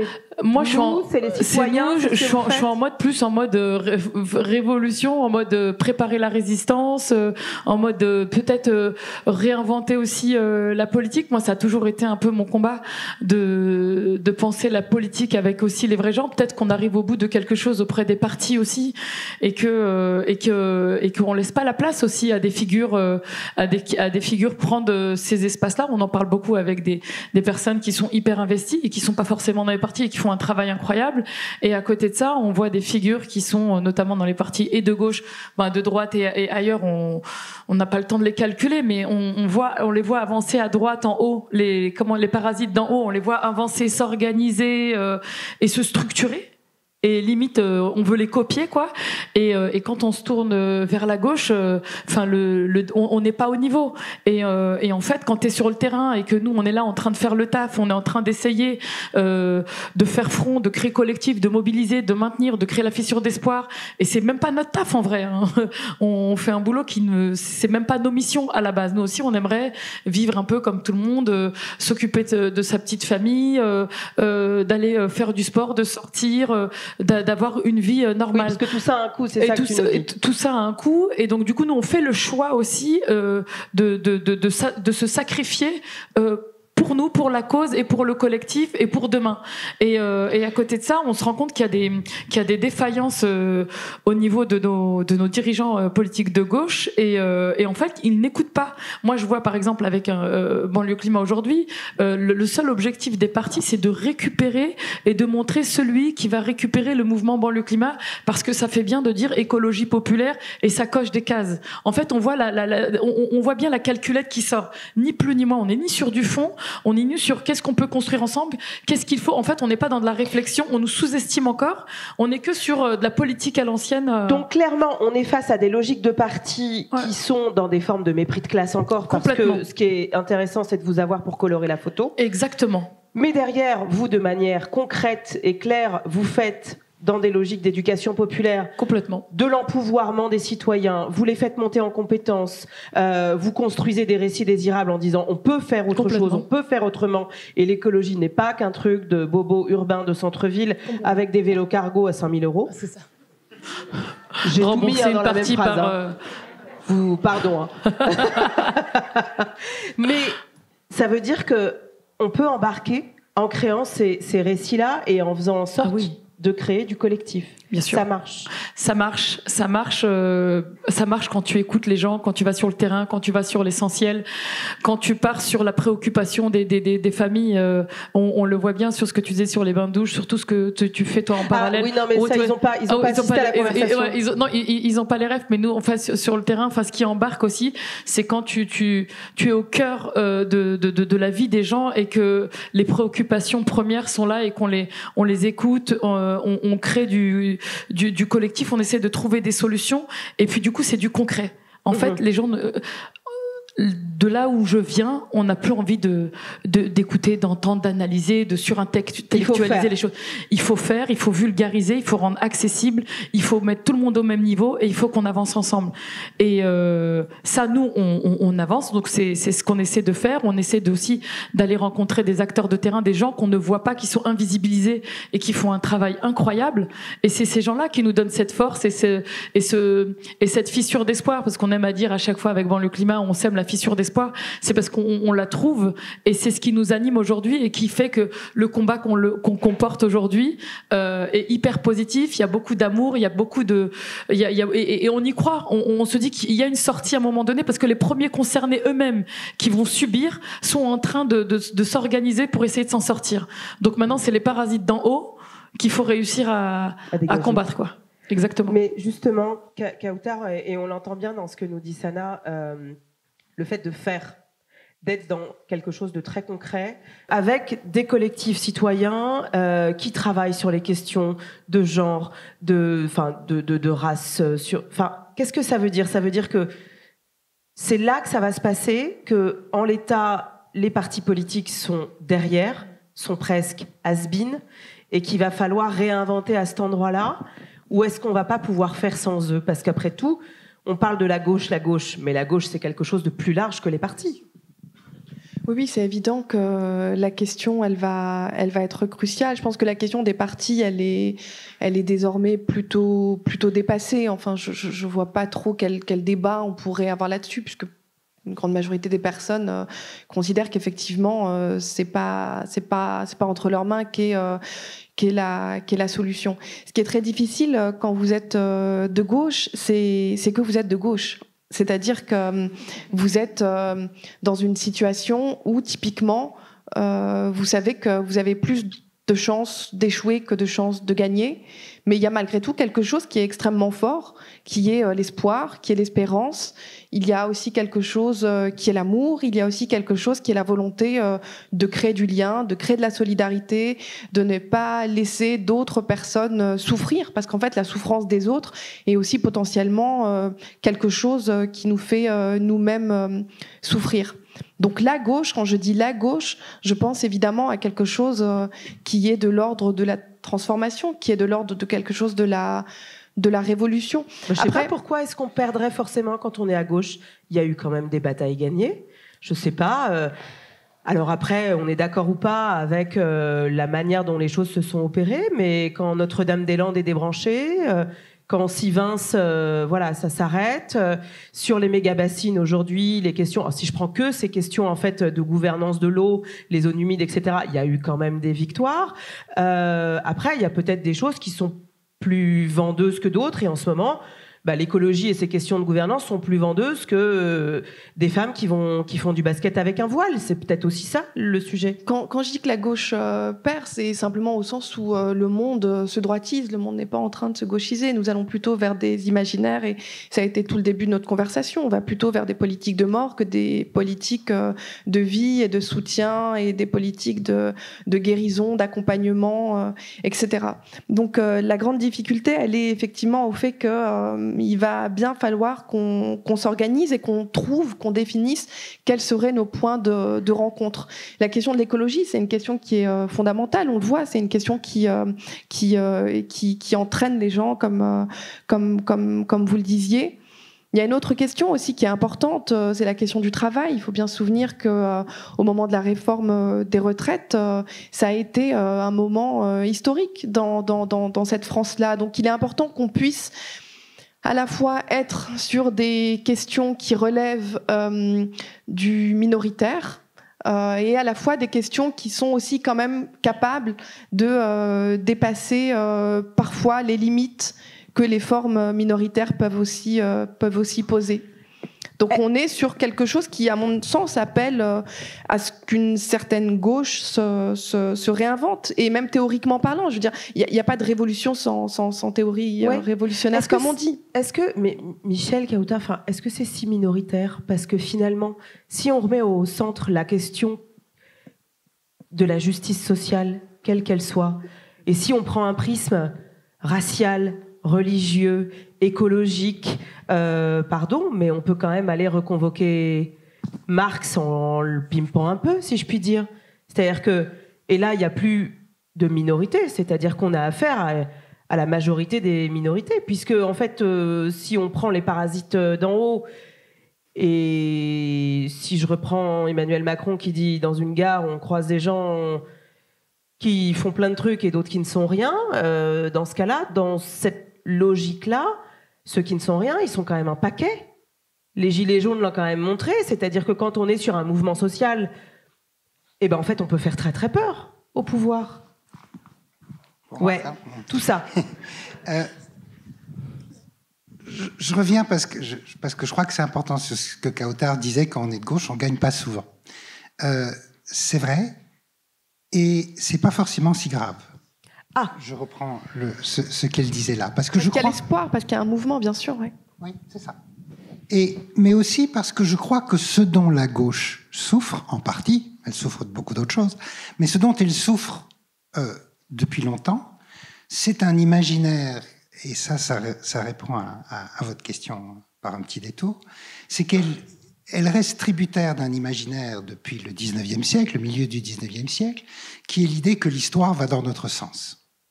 C'est l'idée, comme vous disiez, que, après tout, les gens qui souffrent des inégalités sont plus nombreux que les gens qui en bénéficient. Donc, pour autant qu'on ait un minimum de démocratie, ça va pas être facile parce que les autres, ils sont très méchants, très riches, et ils ont les armes. Mais néanmoins, l'histoire va dans notre sens à la fin. Bon. Or, je crois que c'est un imaginaire qui pousse à la mélancolie, qui pousse à la dépression. Parce que chaque défaite, du coup, c'est « Oh merde, c'est pas encore ce moment-là. » Et puis après ça, on se trouve « Allez, mais ce sera pour la fois prochaine. » Mais c'est une mélancolie qui s'additionnent. Or, je crois qu'il y a évidemment des mauvaises raisons pour lesquelles la gauche n'est pas majoritaire et ne gagne pas souvent, mais je crois qu'il y a aussi des bonnes raisons, au sens des raisons louables pour lesquelles on est minoritaire. C'est que, par rapport à, je ne sais pas moi, il y a 50 ans, être de gauche aujourd'hui, c'est à la fois plus difficile et, je dirais, beaucoup plus sympathique. Je veux dire qu'il y a 50 ans, pour se dire de gauche, il fallait juste se dire « je suis plutôt du côté des ouvriers que du côté des patrons ». Mais on pouvait ne pas être féministe, on pouvait ne pas être antiraciste, on pouvait ne pas se préoccuper du climat, etc., etc. Aujourd'hui, être de gauche, c'est tenir tous les bouts. Être de gauche, c'est être intransigeant surtout. Pas forcément radical surtout, mais intransigeant surtout. C'est-à-dire récuser toute forme d'inégalité structurelle. Non pas au nom d'une espèce d'égalité absolue, mais que les inégalités structurelles, je ne les aime pas parce que, même si je n'en souffre pas, elles diminuent ma liberté. Un monde où il y a des inégalités structurelles est un monde où, même si je suis un privilégié, je me sens moins libre que s'il y avait plus d'égalité. Donc, ça, c'est ce point de départ. Sauf que le problème, c'est que plus on a de causes à défendre, plus d'un côté, on attire un certain nombre de nouveaux militants qui vont s'engager parce que l'écologie, c'était leur truc et que c'était pas là jusque-là, parce que l'antiracisme, c'est leur truc, etc., etc. Mais aussi, on va beaucoup en perdre. Il y a des gens qui vont dire, bon, les ouvriers, d'accord, mais enfin, les femmes, bon, les femmes, d'accord, mais enfin, les minorités sexuelles, faut pas exagérer, et puis l'antiracisme, et puis les trans, vous m'en parlez pas quand même. Donc, à chaque fois, on gagne des gens, mais on en perd, et je dirais, souvent, on en perd plus. Ce qui veut dire qu'il n'y a pas de convergence des luttes naturelles. C'est une question d'intersectionnalité, comme on dit, mais au sens des diagrammes de Venn. Hein, qu'on a vu ça quand on était en 6e, en maths. Je me souviens pas, moi. Bah si, c'est les cercles, c'est les ensembles avec les réunions et les intersections. Hein, je vous jure que j'ai pas de souvenir, mais c'est pas grave. C'est-à-dire je ferai. Non, vous mettez des ronds, hein, des ronds qui se croisent. Oui, tout à fait. Et donc, oui, à la fin, il n'y a plus grand-chose. C'est-à-dire que d'une manière générale, l'intersection de plusieurs ensembles est plus petite que la réunion de ces ensembles. Ce qui veut dire que quand on essaye de multiplier les causes, on risque d'être moins nombreux que le nombre de causes. Ok, donc le pire n'est jamais certain, mais on est certain de perdre. On n'est pas certain. Non, on n'est pas certain de perdre.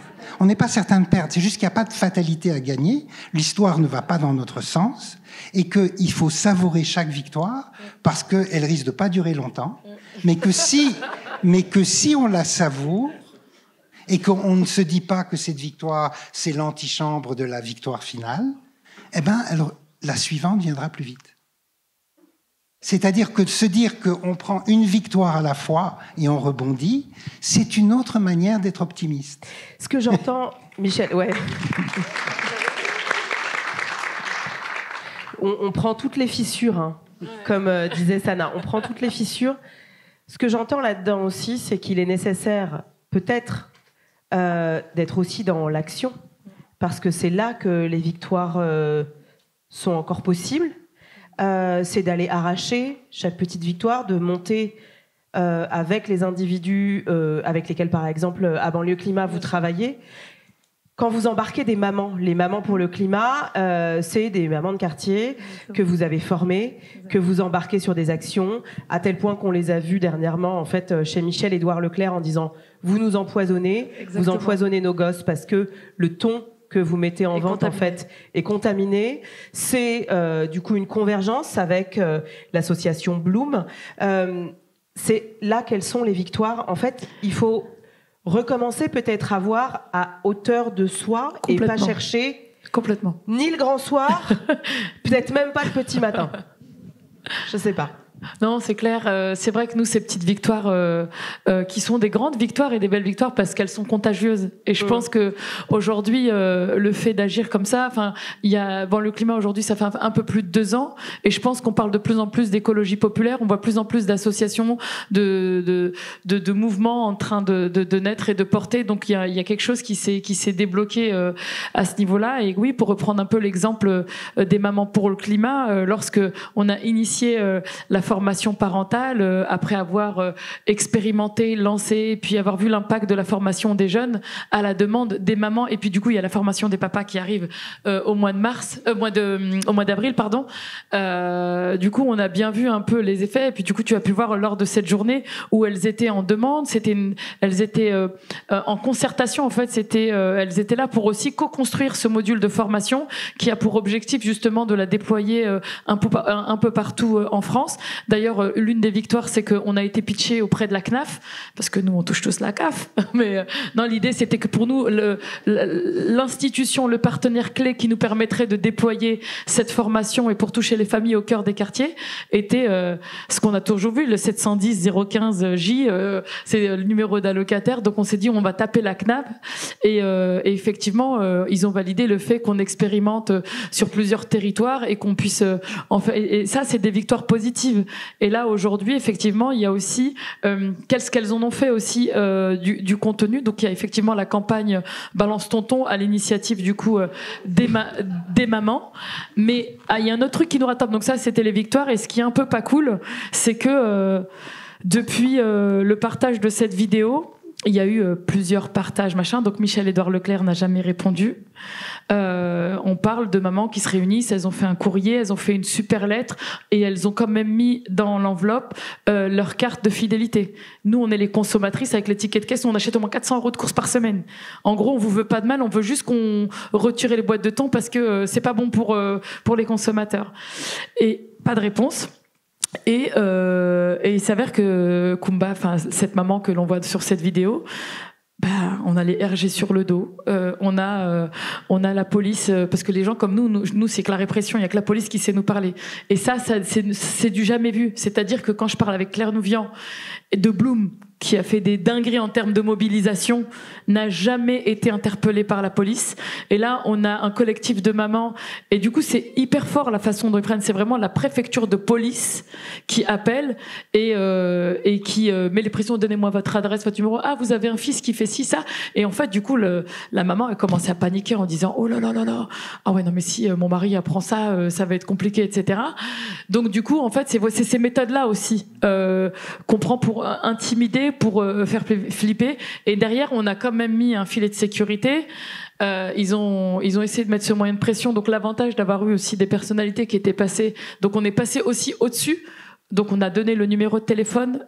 On a enregistré. On a filmé la scène où le policier met la pression. Donc c'est une maman qui a filmé l'autre maman. Oui, je vous réponds, monsieur. Rappelez-moi dans 5 minutes. Vas-y, file-moi, c'est la police. Donc nous, on avait anticipé. Donc du coup, elle répond « Alors, vous êtes qui, la police 2, machin hein? Ok, mais qu'est-ce qu'on a fait ?» Donc du coup, en fait, elle le fait parler. Donc là, en fait, on voit bien qu'elles ont des ressources claires et qu'elles comprennent le rapport de force et comment user de... Ouais. Complètement. Et puis, on les a préparées. C'est-à-dire que nous, on les a préparées en se disant « On sait jamais ». Mais je me suis dit « Jamais, quand même ». Et heureusement qu'on a fait cette préparation-là, parce que derrière, en fait, on a pu tout envoyer... au-dessus à la police des polices, donc et donc du coup il a été convoqué. Donc là il y a un truc qui est en train de se faire en mode là ce que vous êtes en train de faire c'est raciste et ça c'est des choses qui sont qu'on vit au quotidien dans chaque action qu'on peut mettre en place, mais ça nous empêche pas d'arrêter, on est là. Hein.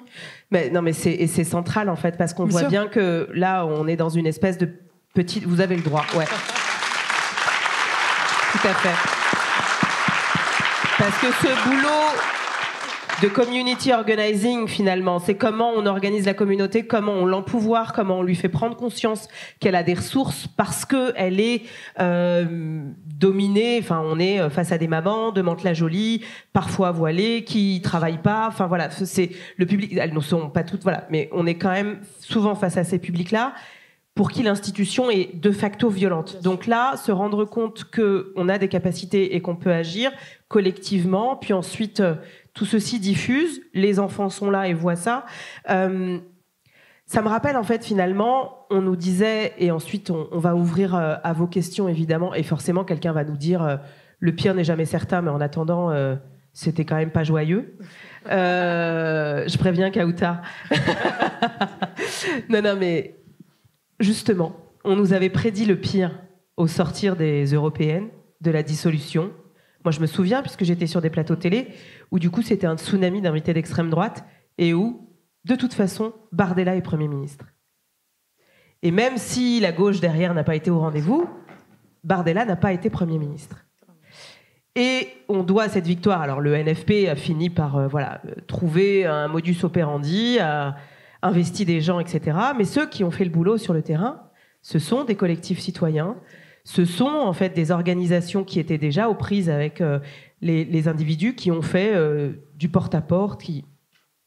J'ai jamais vu en 20 ans d'élection une telle organisation. C'est comme si finalement la gauche aujourd'hui était représentée par ces organisations citoyennes, par ceux qui font, et qu'on avait des partis politiques à la ramasse.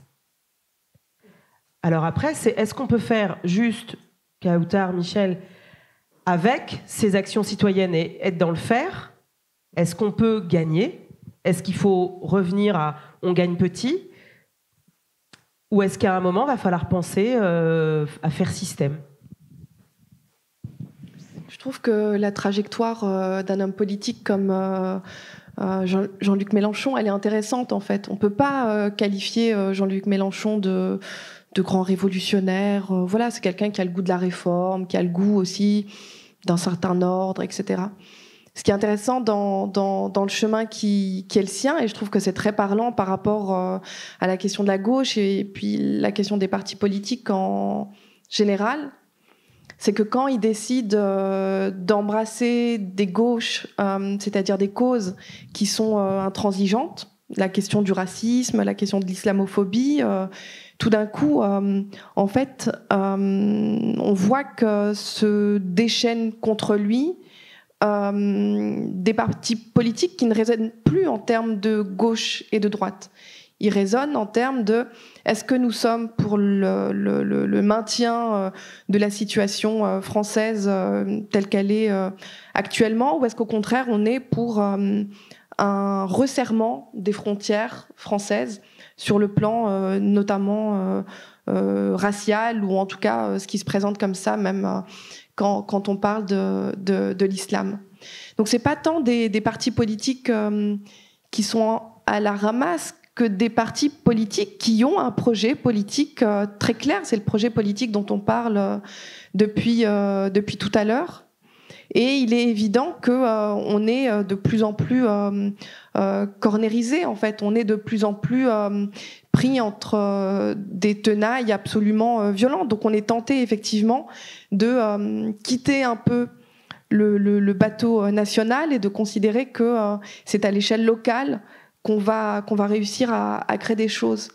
Mais il va falloir une puissance massive pour que l'échelle locale parvienne à faire bouger les choses aussi pour les personnes qui ne sont pas organisées à l'échelle locale. Ça ne pourra pas être que pour des gens d'un quartier ou que pour des gens d'un village ou que pour des gens d'une cité ou d'un arrondissement. Il va bien falloir que ça réussisse à se propager. Et cette propagation, elle nous ramène à nouveau à la question de l'organisation politique. L'organisation associative, l'organisation syndicale, elles ont malheureusement leurs limites. Donc il va falloir réinventer des formes d'organisation massive. Qu'est-ce qui fait que des gens descendent dans la rue et sont 1 million, 2 millions? C'est ça un peu ma question actuellement. La question minoritaire, la question raciale, évidemment, fait bouger, mais... Ah non, c'est plus assez. C'est pas assez, pas de manière suffisante. C'est pas ceux qui ont connu le 1er mai 2002. Pas suffisamment. Même si Assa Traoré a beaucoup de force, on voit aussi comment les capacités mobilisatrices, elles vont en déclinant. Il reste quelque chose qui, à mon sens, n'est pas assez investi par la gauche radicale ou par la gauche véritablement de gauche, c'est la question du travail. La question du travail, elle mérite, à mon sens, amplement d'être reprise, d'être réappropriée, à la fois pour des personnes qui ont du travail, qui sont exploitées, qui sont virées, mais aussi pour les personnes qui tout simplement n'ont pas de travail. Donc, il me semble que notre travail, c'est aussi ça, c'est aussi essayer de réfléchir à des choses qui nous réunissent et qui peuvent potentiellement nous faire réunir. Quel est le commun? Alors je sais que cette question du commun, elle a été baladée de manière très insuffisante, insatisfaisante, etc. Mais il va falloir qu'on trouve le point de rencontre, ce qui nous réunit vraiment. Michel. Tirez le fil que vous... Ben non, vous allez avoir un petit dernier mot. Oui, je vais essayer d'être optimiste pour la fin, hein, d'accord. Et il me semble que... Oui, bon, alors, on peut dire tout le mal qu'on veut, et j'y prendrai ma part, des politiques professionnelles. Enfin, qu'est-ce qu'on attend des politiques professionnelles? On attend, en tout cas moi, ce que j'en attends, c'est qu'ils soient des éponges, pas plus. Des éponges? Oui. C'est-à-dire qu'ils absorbent ce qui vient des mouvements sociaux, ce qui vient de la société civile. Bon. Alors, évidemment, pas tout le monde est une bonne éponge. Donc, il y a des politiciens meilleurs que les autres de ce côté-là. Mais ça dépend aussi de la vigueur des mouvements sociaux qui vont leur permettre d'éponger. Mais, tu citais tout à l'heure cette heureuse surprise des législatives. Alors c'est vrai que cette heureuse surprise, qui n'était pas une victoire, il ne faut pas exagérer, mais qui était une non-défaite aux législatives, c'est vrai qu'elle était très largement préparée et faite et construite par tous les mouvements sociaux à la base. Mais enfin, il faut se rappeler une chose, c'est que pendant une semaine, pas plus, ça n'a pas duré plus longtemps, mais pendant une semaine, la semaine entre le premier et le second tour des élections, les politiques de gauche étaient sympathiques. Ça a duré 6 jours, 7 jours. Mais je veux dire, entendre Olivier Faure de dire « on ne peut pas laisser le fascisme arriver », Olivier Faure, c'est quand même bizarre. C'est vrai que je n'avais pas vu sous cet angle. mais donc, il y a eu ce moment-là. Donc ça, c'est la première chose. Mais il y a une autre source d'espoir qui me semble plus importante.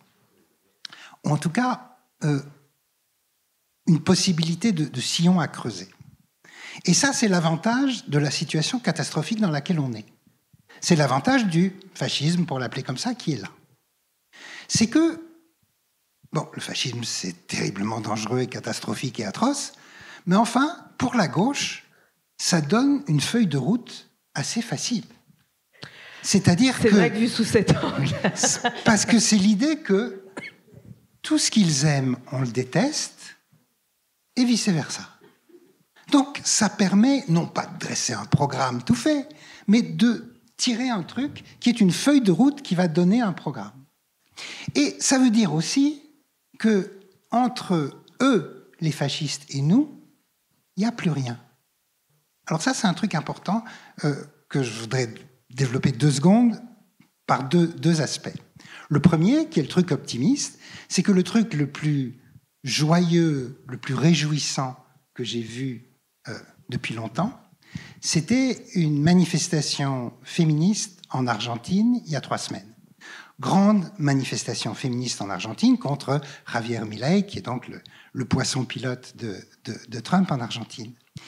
Et leur slogan est un slogan absolument magnifique, à la fois très drôle, mais à mon avis très profond.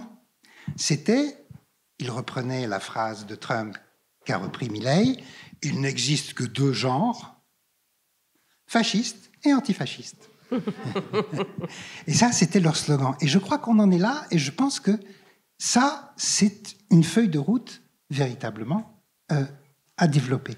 Bon. Et donc, avec ça, je crois qu'on peut faire des trucs. Oui, avec ça, on peut faire des trucs. Ça me rappelle, du coup, pour avoir le CNR, il a fallu la guerre, quoi. Et là, on a rebouclé la boucle. Mais bon. Chers amis, moi, j'ai assez travaillé. Et je suis certaine que vous avez beaucoup de questions, dont la première qui sera « c'est pas drôle ». Mais c'est vrai. Et alors, vous savez quoi ? On va commencer par Madame, parce que pour une fois, C'est une dame qui a levé la main, la première, pour ouvrir le bal.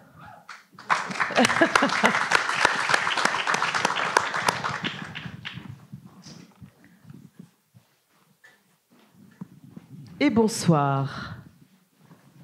Bonsoir, merci beaucoup pour cet échange. Alors, j'aurais 2 questions en fait. La première est peut-être un peu naïve ou en tout cas très optimiste. Est-ce que ce qui se passe aujourd'hui aux États-Unis, ça pourrait pas décourager, en tout cas les moins fascistes des fascistes, à s'engager sur ce chemin-là, en voyant en fait les vrais effets et sortir un peu d'une sorte du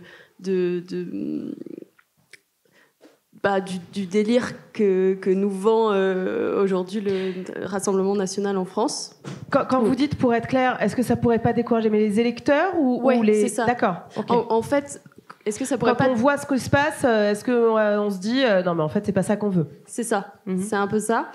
Et la deuxième question, c'est est-ce qu'il y a encore de l'espoir d'aller chercher ces gens donc qui se retrouvent à aller voter pour des partis qui nous semblent complètement, enfin pour des propositions politiques qui nous semblent complètement lunaires. Est-ce qu'il y a encore de l'espoir de les faire sortir de cette opposition entre parasites et producteurs? Merci. Merci beaucoup. Michel. Rapido. Je sais, je suis désolée. Oui, non, pas de problème. Est-ce qu'on peut les sortir de ça? Alors, c'est vrai, pour paraphraser Simone de Beauvoir, on ne naît pas le péniste, on le devient. Hein, mais, et donc, si on l'est devenu, c'est qu'on peut cesser de l'être aussi. D'accord. Sauf qu'il y a des conditions pour ça. Et je crois qu'une des conditions pour ça, c'est il faut qu'ils passent par une phase dépressive. Ce qui veut dire que, à mon avis, il faut les vaincre avant de les convaincre. Donc, l'idée qu'on va les convaincre et que donc ils vont cesser d'être là tant qu'ils gagnent, d'une part, et qu'il y a tellement de gens qui disent « Non, mais ils sont sympas, ils sont juste fâchés, ils n'en peuvent plus ». Tant qu'ils ont à la fois l'empathie générale et en plus les victoires, pourquoi est-ce qu'ils changeraient? Donc, je crois que c'est seulement la défaite qui peut les faire changer. Donc ça, c'était la réponse à la deuxième question. La première question, est-ce que Trump va les décourager? Donc très vite, est-ce que Trump va les décourager? Eux, je ne crois pas qu'ils vont être découragés par ça, même si pour le moment, ils sont, c'est vrai, un peu interloqués. Mais en revanche, là où j'ai de l'espoir, c'est plutôt, c'était la partie que j'avais oublié de développer dans ma réponse précédente, c'est l'idée que le centre est en pleine déliquescence. Quand je disais qu'entre les fascistes et nous, il n'y a personne. Parce qu'il y a un truc quand même intéressant qui se passe depuis maintenant 3 semaines, depuis la mi-février, depuis que J.D. Vance, le vice-président américain, a insulté les Européens à Munich, ville symbole en l'occurrence. Tout à coup, et en plus après l'humiliation de Zelensky dans le bureau ovale, tout à coup, les Européens, les Macron en France, Merz, le nouveau chancelier allemand, ont compris que, on ne peut plus compter sur les États-Unis, c'est plus des alliés. Et d'ailleurs, ils sont alliés maintenant avec Poutine. Ce qui veut dire c'est des ennemis. C'est ça. Donc, c'est des ennemis. Et pourquoi ils sont ennemis? Parce que c'est des illibéraux. Presque des fascistes. Macron parle d'international réactionnaire. Donc, nous, les Français, les Allemands, les Européens, on est la dernière chance de la démocratie libérale contre tous les fascistes auto. Très bien. Jusque-là, on se dit alors. Et donc... Bah oui, mais le problème, c'est que quand vous entendez Retailleau, quand vous entendez Darmanin, ils parlent comme J.D. Vance. Je veux dire, entre un zombie pétainiste et un nasillon joufflu, il n'y a pas beaucoup de différence. Ce qui veut dire qu'ils aimeraient bien dire on est la dernière chance de la démocratie libérale, sauf qu'ils n'ont pas de biscuit pour le montrer. Et ça, c'est notre chance.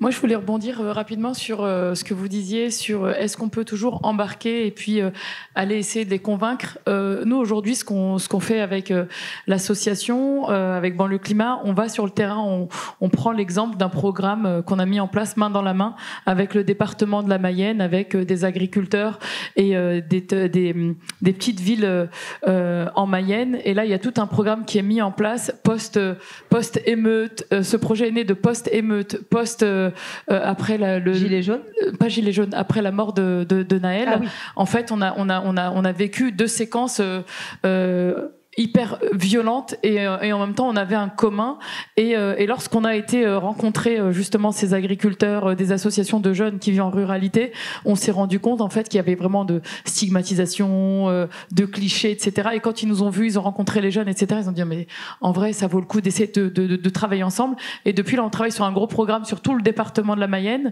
Et là en fait ça nous montre comment on peut aller essayer. Et ces jeunes là nous disaient mais nous on vote RN hein, mais ok d'accord. Ça, c'était avant. Après, on verra comment on va avancer ensemble. Et aujourd'hui, on est en train de voir comment la relation, elle est en train de se créer. Ils sont venus à l'école. Là, il y a des actions qui sont en cours, qui vont être mises en place dans ce territoire-là et tout. Et moi, je pense que c'est important de pas baisser les bras et d'aller au bout. Et c'est ce qu'on fait réellement et d'embarquer. Et là, on voit bien qu'il y a un collectif là de jeunes quartiers populaires, ruralité, qui sont en train d'essayer de réinventer quelque chose et en espérant que ça puisse se propager partout. Donc oui, il faut garder espoir.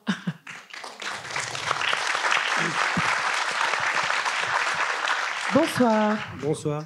C'est pas certain que ce soit pas pire. Sinon, pour l'intersectionnalité du schéma de 6e, là où ça peut peut-être faire grossir le cercle, mais sur la question qui nous préoccupe, enfin, qui nous réunit de l'Anthropocène, peut-être est-ce que ce qui est nouveau dans le fascisme et l'impérialisme contemporain, c'est l'instrumentalisation justement de la question de l'Anthropocène? C'est-à-dire que ce qu'ils ont en commun, ces fascistes-là, c'est d'être du côté du déni, mais qui est un déni très grossier, très caricatural de la réalité climatique, et son instrumentalisation. Est-ce que dans le dessin qui a l'air d'être le leur, avec les politiques climato-sceptiques, la destruction des instruments de mesure, aussi la sortie des préoccupations médicales des noms qu'on a vus sur la liste, les femmes, les minorités, etc. Est-ce que c'est pas pire? C'est-à-dire, est-ce qu'on n'est pas en train d'instrumentaliser les nations et de faire des murs pour fermer l'espace qui ne sera le moins impacté par le réchauffement climatique, pour laisser crever ceux qui sont en dehors? Est-ce que c'est pas ça le dessin pire, en fait? Est-ce que, en fait, là où c'est pas pire, c'est que si on se trompe pas de bataille, on a une chance de peut-être la gagner. Est-ce qu'on n'est pas dans une forme d'eugénisme absolument terrible? C'est-à-dire de se dire, bon, en gros, le facteur le plus efficace pour réduire les émissions de gaz à effet de serre, c'est de réduire la population. Ça tombe bien, ça va se faire tout seul. Enfin, est-ce que c'est pas ça l'idée? Ah bah, Kautar. Oui. Est-ce que l'idée, c'est finalement, au même titre que dans les années 80-90, on a pu entendre que le sida était un simple régulateur démographique en Afrique ou ailleurs. Là, finalement, le climat va permettre cette rationalisation. Quand on entend parler quelqu'un comme Elon Musk ou des personnes qui travaillent avec lui, etc., eux, leur projet, il est plutôt clair et ils s'en cachent pas et ils s'en vantent même plutôt. Et ce projet, il relève pas du déni, il relève plutôt d'une forme de projection de leur classe dans un avenir. Alors pas demain, pas après-demain, mais peut-être dans quelques siècles. C'est l'idée en fait qu'on peut aller au bout de la destruction de cette planète-ci, parce que de toute façon, on va réussir à conquérir d'autres planètes. C'est très présent dans leur idée. Le projet qui est le leur, c'est celui-là aussi. C'est de considérer que finalement, cette Terre-ci, elle n'est plus que la terre des derniers parasites, en fait, finalement. Et pour l'instant, quand on voit les choses, la Maison Blanche continue à être blanche de propreté, le gazon est vert, l'eau potable coule. Leur confort n'est pas atteint, en fait. C'est-à-dire que les politiques qu'ils proposent, les transformations qu'ils engagent, tout ça n'atteint pas leur espace. Leur espace de vie est encore un espace où ils vivent bien, où ils mènent cette fameuse vie bonne et où ils ont la possibilité de réfléchir à ce qu'ils vont faire de nous.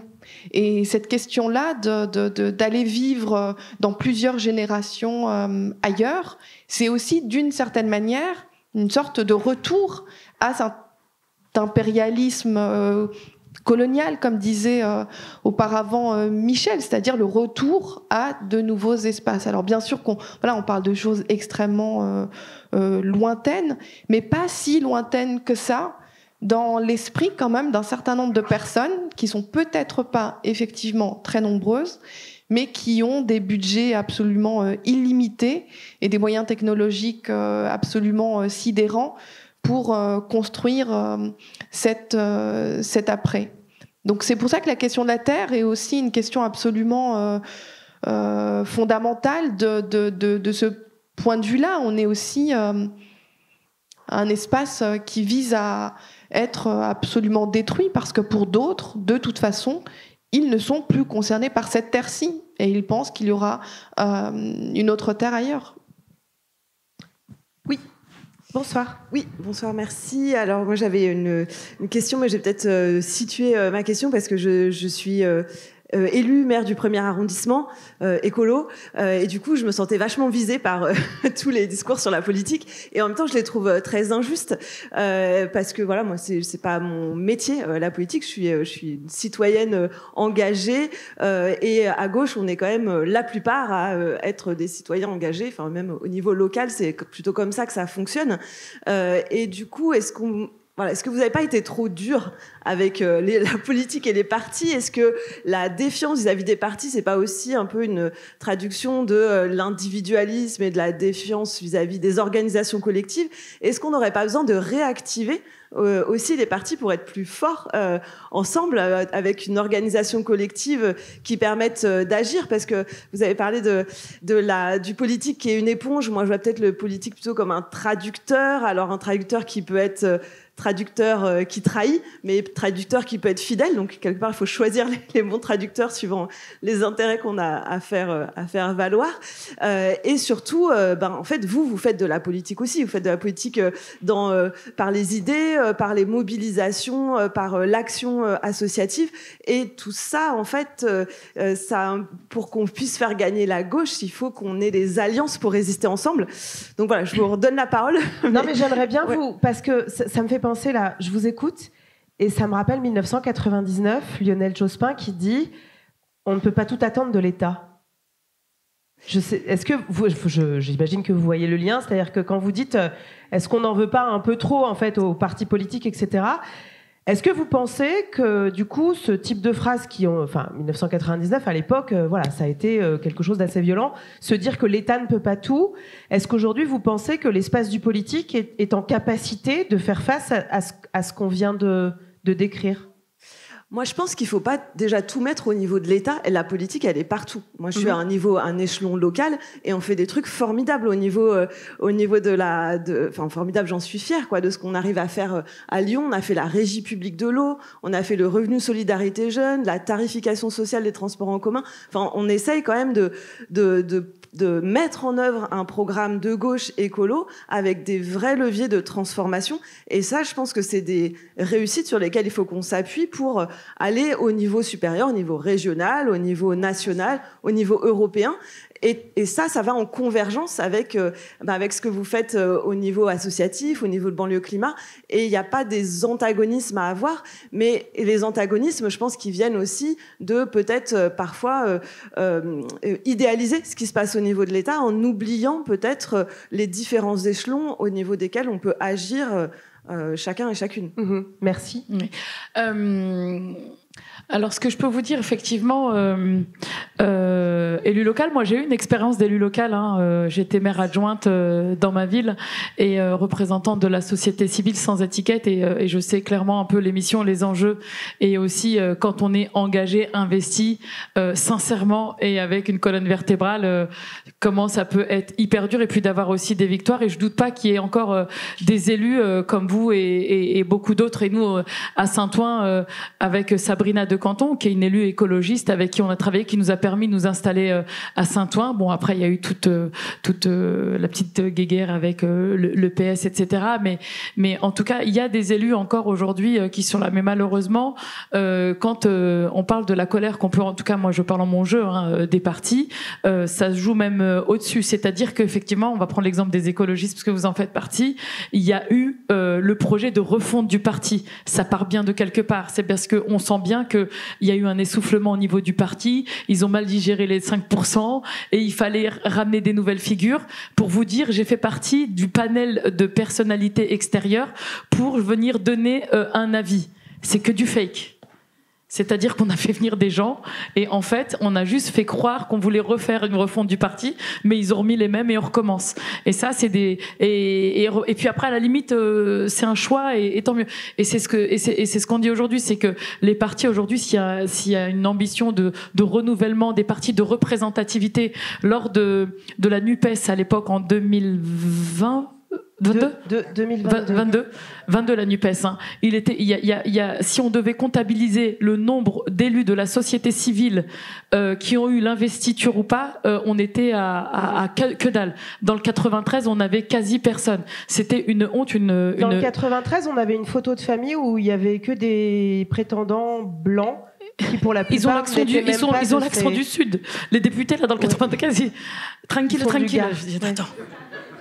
Non mais attendez, et pourtant ils sont super cool, ils font le job, mais à un moment donné, quand on voit en face les candidats qui étaient là, les mouvements citoyens qui ont porté les causes et tout, et donc du coup c'est qu'il y a bien un problème de représentativité, et ça fait partie aussi d'une problématique qu'il faut poser, et là on a là un vrai sujet. Ça englobe pas tout ce qu'on était en train d'évoquer sur la gauche, mais je pense qu'à un moment donné, on doit se poser les vraies questions et à un moment donné faire en sorte qu'il y ait une représentativité des figures de tous les territoires et qui représentent la France aujourd'hui. On va retourner à la salle, mais juste pour que vous ayez en tête, au début des années 2000, au sein des écolos, au sein du parti, il y a eu un courant qui s'appelait la ZEP, la zone d'écologie populaire. La zone d'écologie populaire, c'était déjà des gens issus de quartiers qui disaient les premiers écolos, en fait, c'est nous parce que le geste de sobriété, parce que sobriété subie, etc. Voilà, ils ont été décapités, osons le terme, par la direction de l'époque. Voilà, et donc du coup, potentiellement sur ces questions, on a perdu 15 ans, voire 20 ans. Mais voilà, si vous voulez regarder plus avant, il y a beaucoup de choses qui ont été écrites là-dessus. On retourne à la salle. Bonsoir. Bonsoir. Moi, je voulais revenir au tout début, monsieur, quand on parlait de la gauche. Comment on peut faire changer les gens, un électorat, qui vote pas comme nous on voudrait, en tout cas, parce que là on est entre nous en fait, pas mal, je crois. Enfin voilà, on est à peu près tous d'accord. Mais le basculement vers le fascisme, etc. Moi, j'ai une anecdote à raconter. En fait, j'ai vécu dans un petit village dans l'Isère. Dans un petit village dans l'Isère, à 50 km d'ici, et je me rappelle très bien des élections présidentielles de 2012, où je discutais un peu avec mes voisins plaquistes, ma voisine qui est nounou, une autre qui bosse en intérim pour avoir un petit peu de maille pour finir ses travaux. Enfin bon, des gens qui sont pas du tout dans ma sphère habituelle. Voilà, moi je suis prof de musique. Bon, voilà. Et en fait, quand on discutait un peu de pour qui ils allaient voter, etc., je remarque que les gens, en tout cas les gens que j'ai rencontrés dans ce village, votent pour une figure, pas pour des idées. Ils votent pour quelqu'un qu'ils voient à la télé, en fait. C'est-à-dire qu'ils votent pas pour telle idée ou telle idée. C'est-à-dire qu'au sein d'un même couple qui pense pareil, etc., il y en a une qui va voter Mélenchon et puis l'autre qui va voter Le Pen, en fait. Donc, faire changer les gens, comment ramener des gens à gauche, les faire changer alors que on vote pas forcément sur des idées, mais sur des figures qui sont emblématiques de je ne sais pas ce qui se représente dans leur tête. Moi, ça me pose un peu question, en fait. Voilà, j'aurais voulu avoir votre avis là-dessus. Merci. Et on va prendre ensuite une dernière question. Est-ce que quelqu'un a-t-il une réponse ? L'incarnation.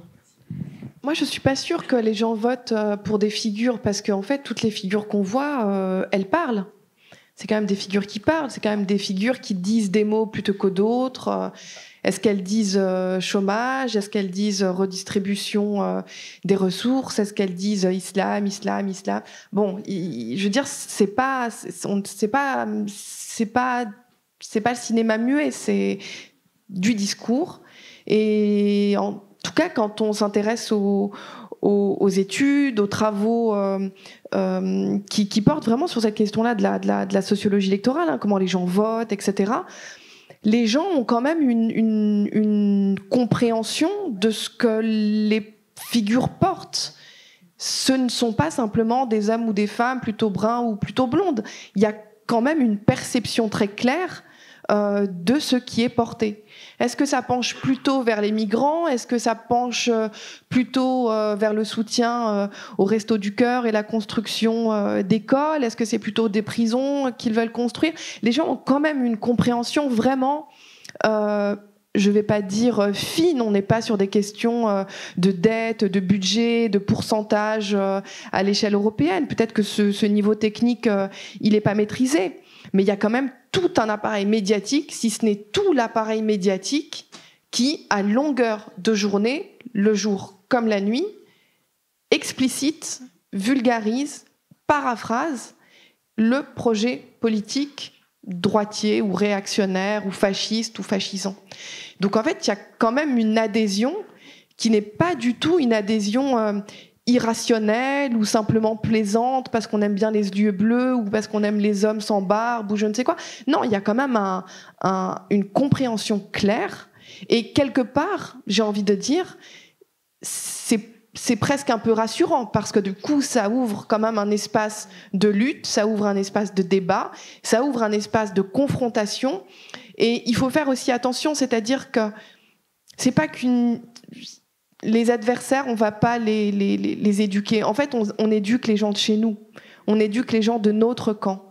Ça, c'est le travail de la gauche qui doit se parler à elle-même et qui est fait dans le cadre de banlieue climat. Avec l'autre camp, c'est de la lutte, c'est du politique parce que c'est du pouvoir, c'est du rapport de force et c'est qui l'emportera. Qui l'emportera? C'est pas simplement un débat comme on aime souvent dire, la démocratie, c'est du débat. Non, voilà, tout ça, ça ne tient plus en fait. C'est pas du débat. On débat pas sur est-ce que les gens doivent mourir, est-ce que les gens doivent vivre, est-ce que on permet aux étudiants de se nourrir, est-ce qu'on les laisse faire la queue toute la journée dans le froid pour avoir un morceau de pain, etc. Ça, c'est pas du débat. Ça, c'est de la lutte politique pure et dure, dans la grande tradition historique que l'on connaît jusqu'à maintenant. Ouais.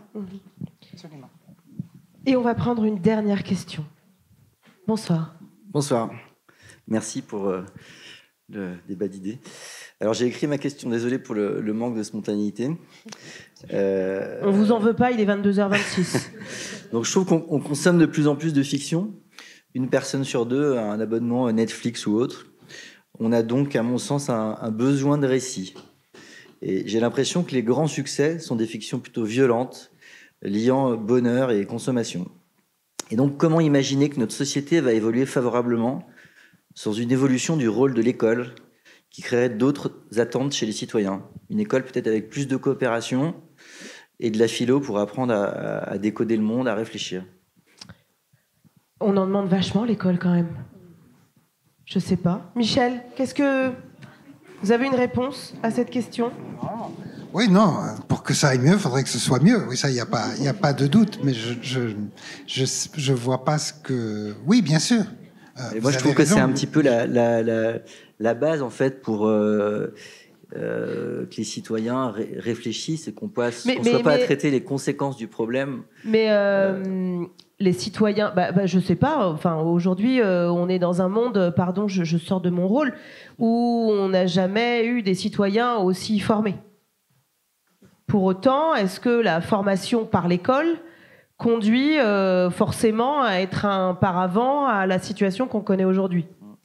Force est de constater que c'est pas le cas. Mais comment, du coup, on explique que le succès des fictions et des récits que tout le monde regarde aujourd'hui sont des récits qui mettent en avant la consommation, la violence. Ça, j'ai pas d'infos sur est-ce que je sais pas. Est-ce qu'un petit truc en plus qui a fait un carton au cinéma ces derniers temps, est-ce que c'est pas le film le plus potentiellement un film inclusif, feel good movie avec des ou une série comme Succession. Moi, je parle plutôt de séries qui sont vraiment... Après, Succession interroge peut-être de manière aussi un peu cynique ces espaces-là. Ce que j'entends, et on va boucler avec ça, on a beaucoup parlé d'imaginaire, de la nécessité de se projeter dans des futurs désirables, de se dire il est encore possible de gagner, ce sera pas des grands soirs, ce sera peut-être des petits matins, pardon, je vais reprendre cette expression. Il va falloir apprendre à faire ensemble, converger, travailler. Est-ce que vous êtes optimiste ? Est-ce que vous pensez qu'on est aujourd'hui en capacité et qu'on est mûr pour engager cette bataille collectivement ? Est-ce qu'on est assez au pied de la falaise pour que ça avance ? Je ne crois pas qu'on avance parce qu'on est au pied de la falaise. L'idée que ça rebondit quand on touche le sol, je ne suis pas tout à fait sûr que ça fonctionne comme ça. Je ne suis pas sûr que la question de l'optimisme soit une bonne question. Et vous avez raison de me l'envoyer. Faut avoir envie, et après ça, il se passera ce qui se passera. Mais je ne pense pas que Est-ce que vous sentez... Alors, je vais reformuler, Michel. Est-ce que vous sentez la société civile et ce peuple de gauche, si toutefois il existe, assez mûr pour mener ces batailles et pour transformer une partie de l'essai ? Je sais pas. Je crois que ce que Kautar disait était très juste. La gauche doit rassembler les siens, doit aiguiser les siens, doit former les siens à plus d'intransigeance. Encore une fois, c'est pas plus de radicalité, mais c'est le fait d'être intransigeant sur tous les éléments. Ça, c'est le truc qu'il faut faire. Je veux dire, si on revient aux États-Unis un instant, Trump, c'est moins Trump qui a gagné que les démocrates qui ont perdu. C'est-à-dire que par rapport à 2020, Trump, il a gagné moins d'1 million de voix, alors que les démocrates en ont perdu 9 millions. Et ces 9 millions, ils ne sont pas allés voter Trump. Ils ne sont pas allés voter du tout. Donc l'idée, c'est ça. L'idée, c'est effectivement rassembler, aiguiser les nôtres. D'abord. Après, on verra. Sana. Alors, malgré le contexte, nous, on est optimistes. Optimiste, pourquoi ? Mais parce qu'on s'attache à ce qu'on vit au quotidien. Parce que quand tu vis dans des quartiers populaires, il se passe des choses incroyables que du coup ça te donne la rage de réussir.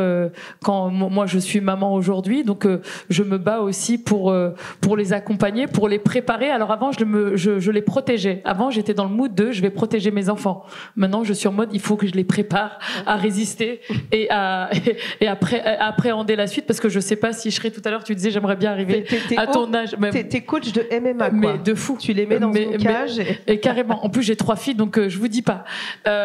Et c'est vrai que cet optimisme-là, on nous donne la force, en tout cas, d'être force de proposition, d'agir, d'être en communion et d'ouvrir avec d'autres, de parler avec des mondes qui ne se parlent pas. Donc ça, c'est des choses aussi qui sont hyper optimistes. Vous parliez tout à l'heure de récits, de la place de l'école. Donc nous, on a ouvert la première école populaire du climat. Donc nous, on avait envie de raconter cette histoire parce qu'on a beaucoup de l'association, on fait partie de l'orientation subie. Donc du coup, il y en a qui voient de garage, voient de trucs, voient de machin. Et on s'est dit, en fait, on a une revanche à prendre là-dessus. Et cette école qu'on a créée, qui est pas forcément labellisée, reconnue, on n'a pas d'agrément spécifique. Néanmoins, on a l'ambition, en tout cas, de l'ouvrir à tous et à toutes. On porte le projet par et pour les habitants. Quand tu arrives dans l'école, le maître des lieux, qui n'est pas le gardien, c'est un jeune qui s'appelle Othman, qui fait super bien son travail. En fait, on a inversé les récits, et ça, je vous rejoins dans le truc de se dire, ça fait partie aussi du jeu, d'avoir des nouvelles histoires, mais des vraies histoires, et de se dire comment on peut réparer les choses. Et ces nouveaux récits, c'est comment on se répare en se disant qu'on va réussir à contribuer à quelque chose qui va arriver, mais tout en restant positif. Et puis vraiment, on a beaucoup d'amour entre nous, et c'est ça qui nous fait tenir. Donc, on avance. C'est déjà énorme. Kautar, mot de la fin. C'est dur le mot de la fin. Ouais. C'est peut-être le mot du début alors. C'est peut-être le début d'autre chose. Le début d'autre chose. Non, simplement dire que c'est important qu'on se parle et c'est important que l'on se parle de nous, pas que l'on parle exclusivement des adversaires et des ennemis politiques. C'est important qu'on se parle simplement. Pas pour se donner des informations, pas pour essayer de se rendre plus intelligent, pour essayer d'aller toujours plus loin dans l'analyse. On est très bon sur ça, c'est plus à prouver. Je pense que c'est important qu'on se parle pour qu'on voit à quel point on partage des sentiments communs. C'est important qu'on se parle pour qu'on soit capable, comme le disait Michel, de s'aiguiser entre nous et qu'on soit capable à des moments bien précis des élections, mais ça peut être aussi à d'autres moments, et Dieu sait que l'histoire nous propose à chaque fois des moments assez terribles à vivre quand on est à gauche ou de gauche, la capacité de se rassembler, la capacité de faire masse, la capacité de se mobiliser. Le nombre, la quantité, c'est aussi une qualité. C'est aussi quelque chose de très important, en fait. L'importance de créer de la pression, le fait de faire pression. Les féministes, ces dernières années, ces dernières décennies même, si elles ont pu avoir les victoires qui ont été les siennes, c'est parce que elles ont été massives. Elles ont été massives, elles ont été capables de produire des situations où tout d'un coup, avoir tel comportement ou tel autre comportement, c'est quelque chose d'infâme. Ça, c'est très important, parce que c'est aussi une manière, même si le terme n'est pas toujours très apprécié à gauche, mais de recréer de la morale, en fait, de recréer une morale collective, ce qu'on se disait auparavant autour de la question de l'intransigeance, etc. Ça, c'est très important. Donc j'invite vraiment tout le monde à participer à chaque fois à des événements comme ceux-là, à manifester dans la rue, à se faire entendre, parce que je pense que bientôt, on va devoir se compter. Bientôt, on va devoir se compter les uns les autres. Merci à tous les trois. Sana, Setouli, Banlieue Climat, on se dépêche d'aller se former chez vous partout. On envoie de la force, de l'argent. On arrive bientôt à Lyon. Voilà, prochainement, on a des dates programmées. Michel Fer, producteur et parasite, l'imaginaire si désirable du Rassemblement national, Kautararchi, ainsi l'animal et loup. Vous allez, parce que votre soirée n'est pas terminée, vous allez pouvoir signer quelques livres parce qu'il y a une librairie de présente. Et après, vous irez dormir, c'est promis. Merci à vous d'avoir été présents, alerte dans ces échanges.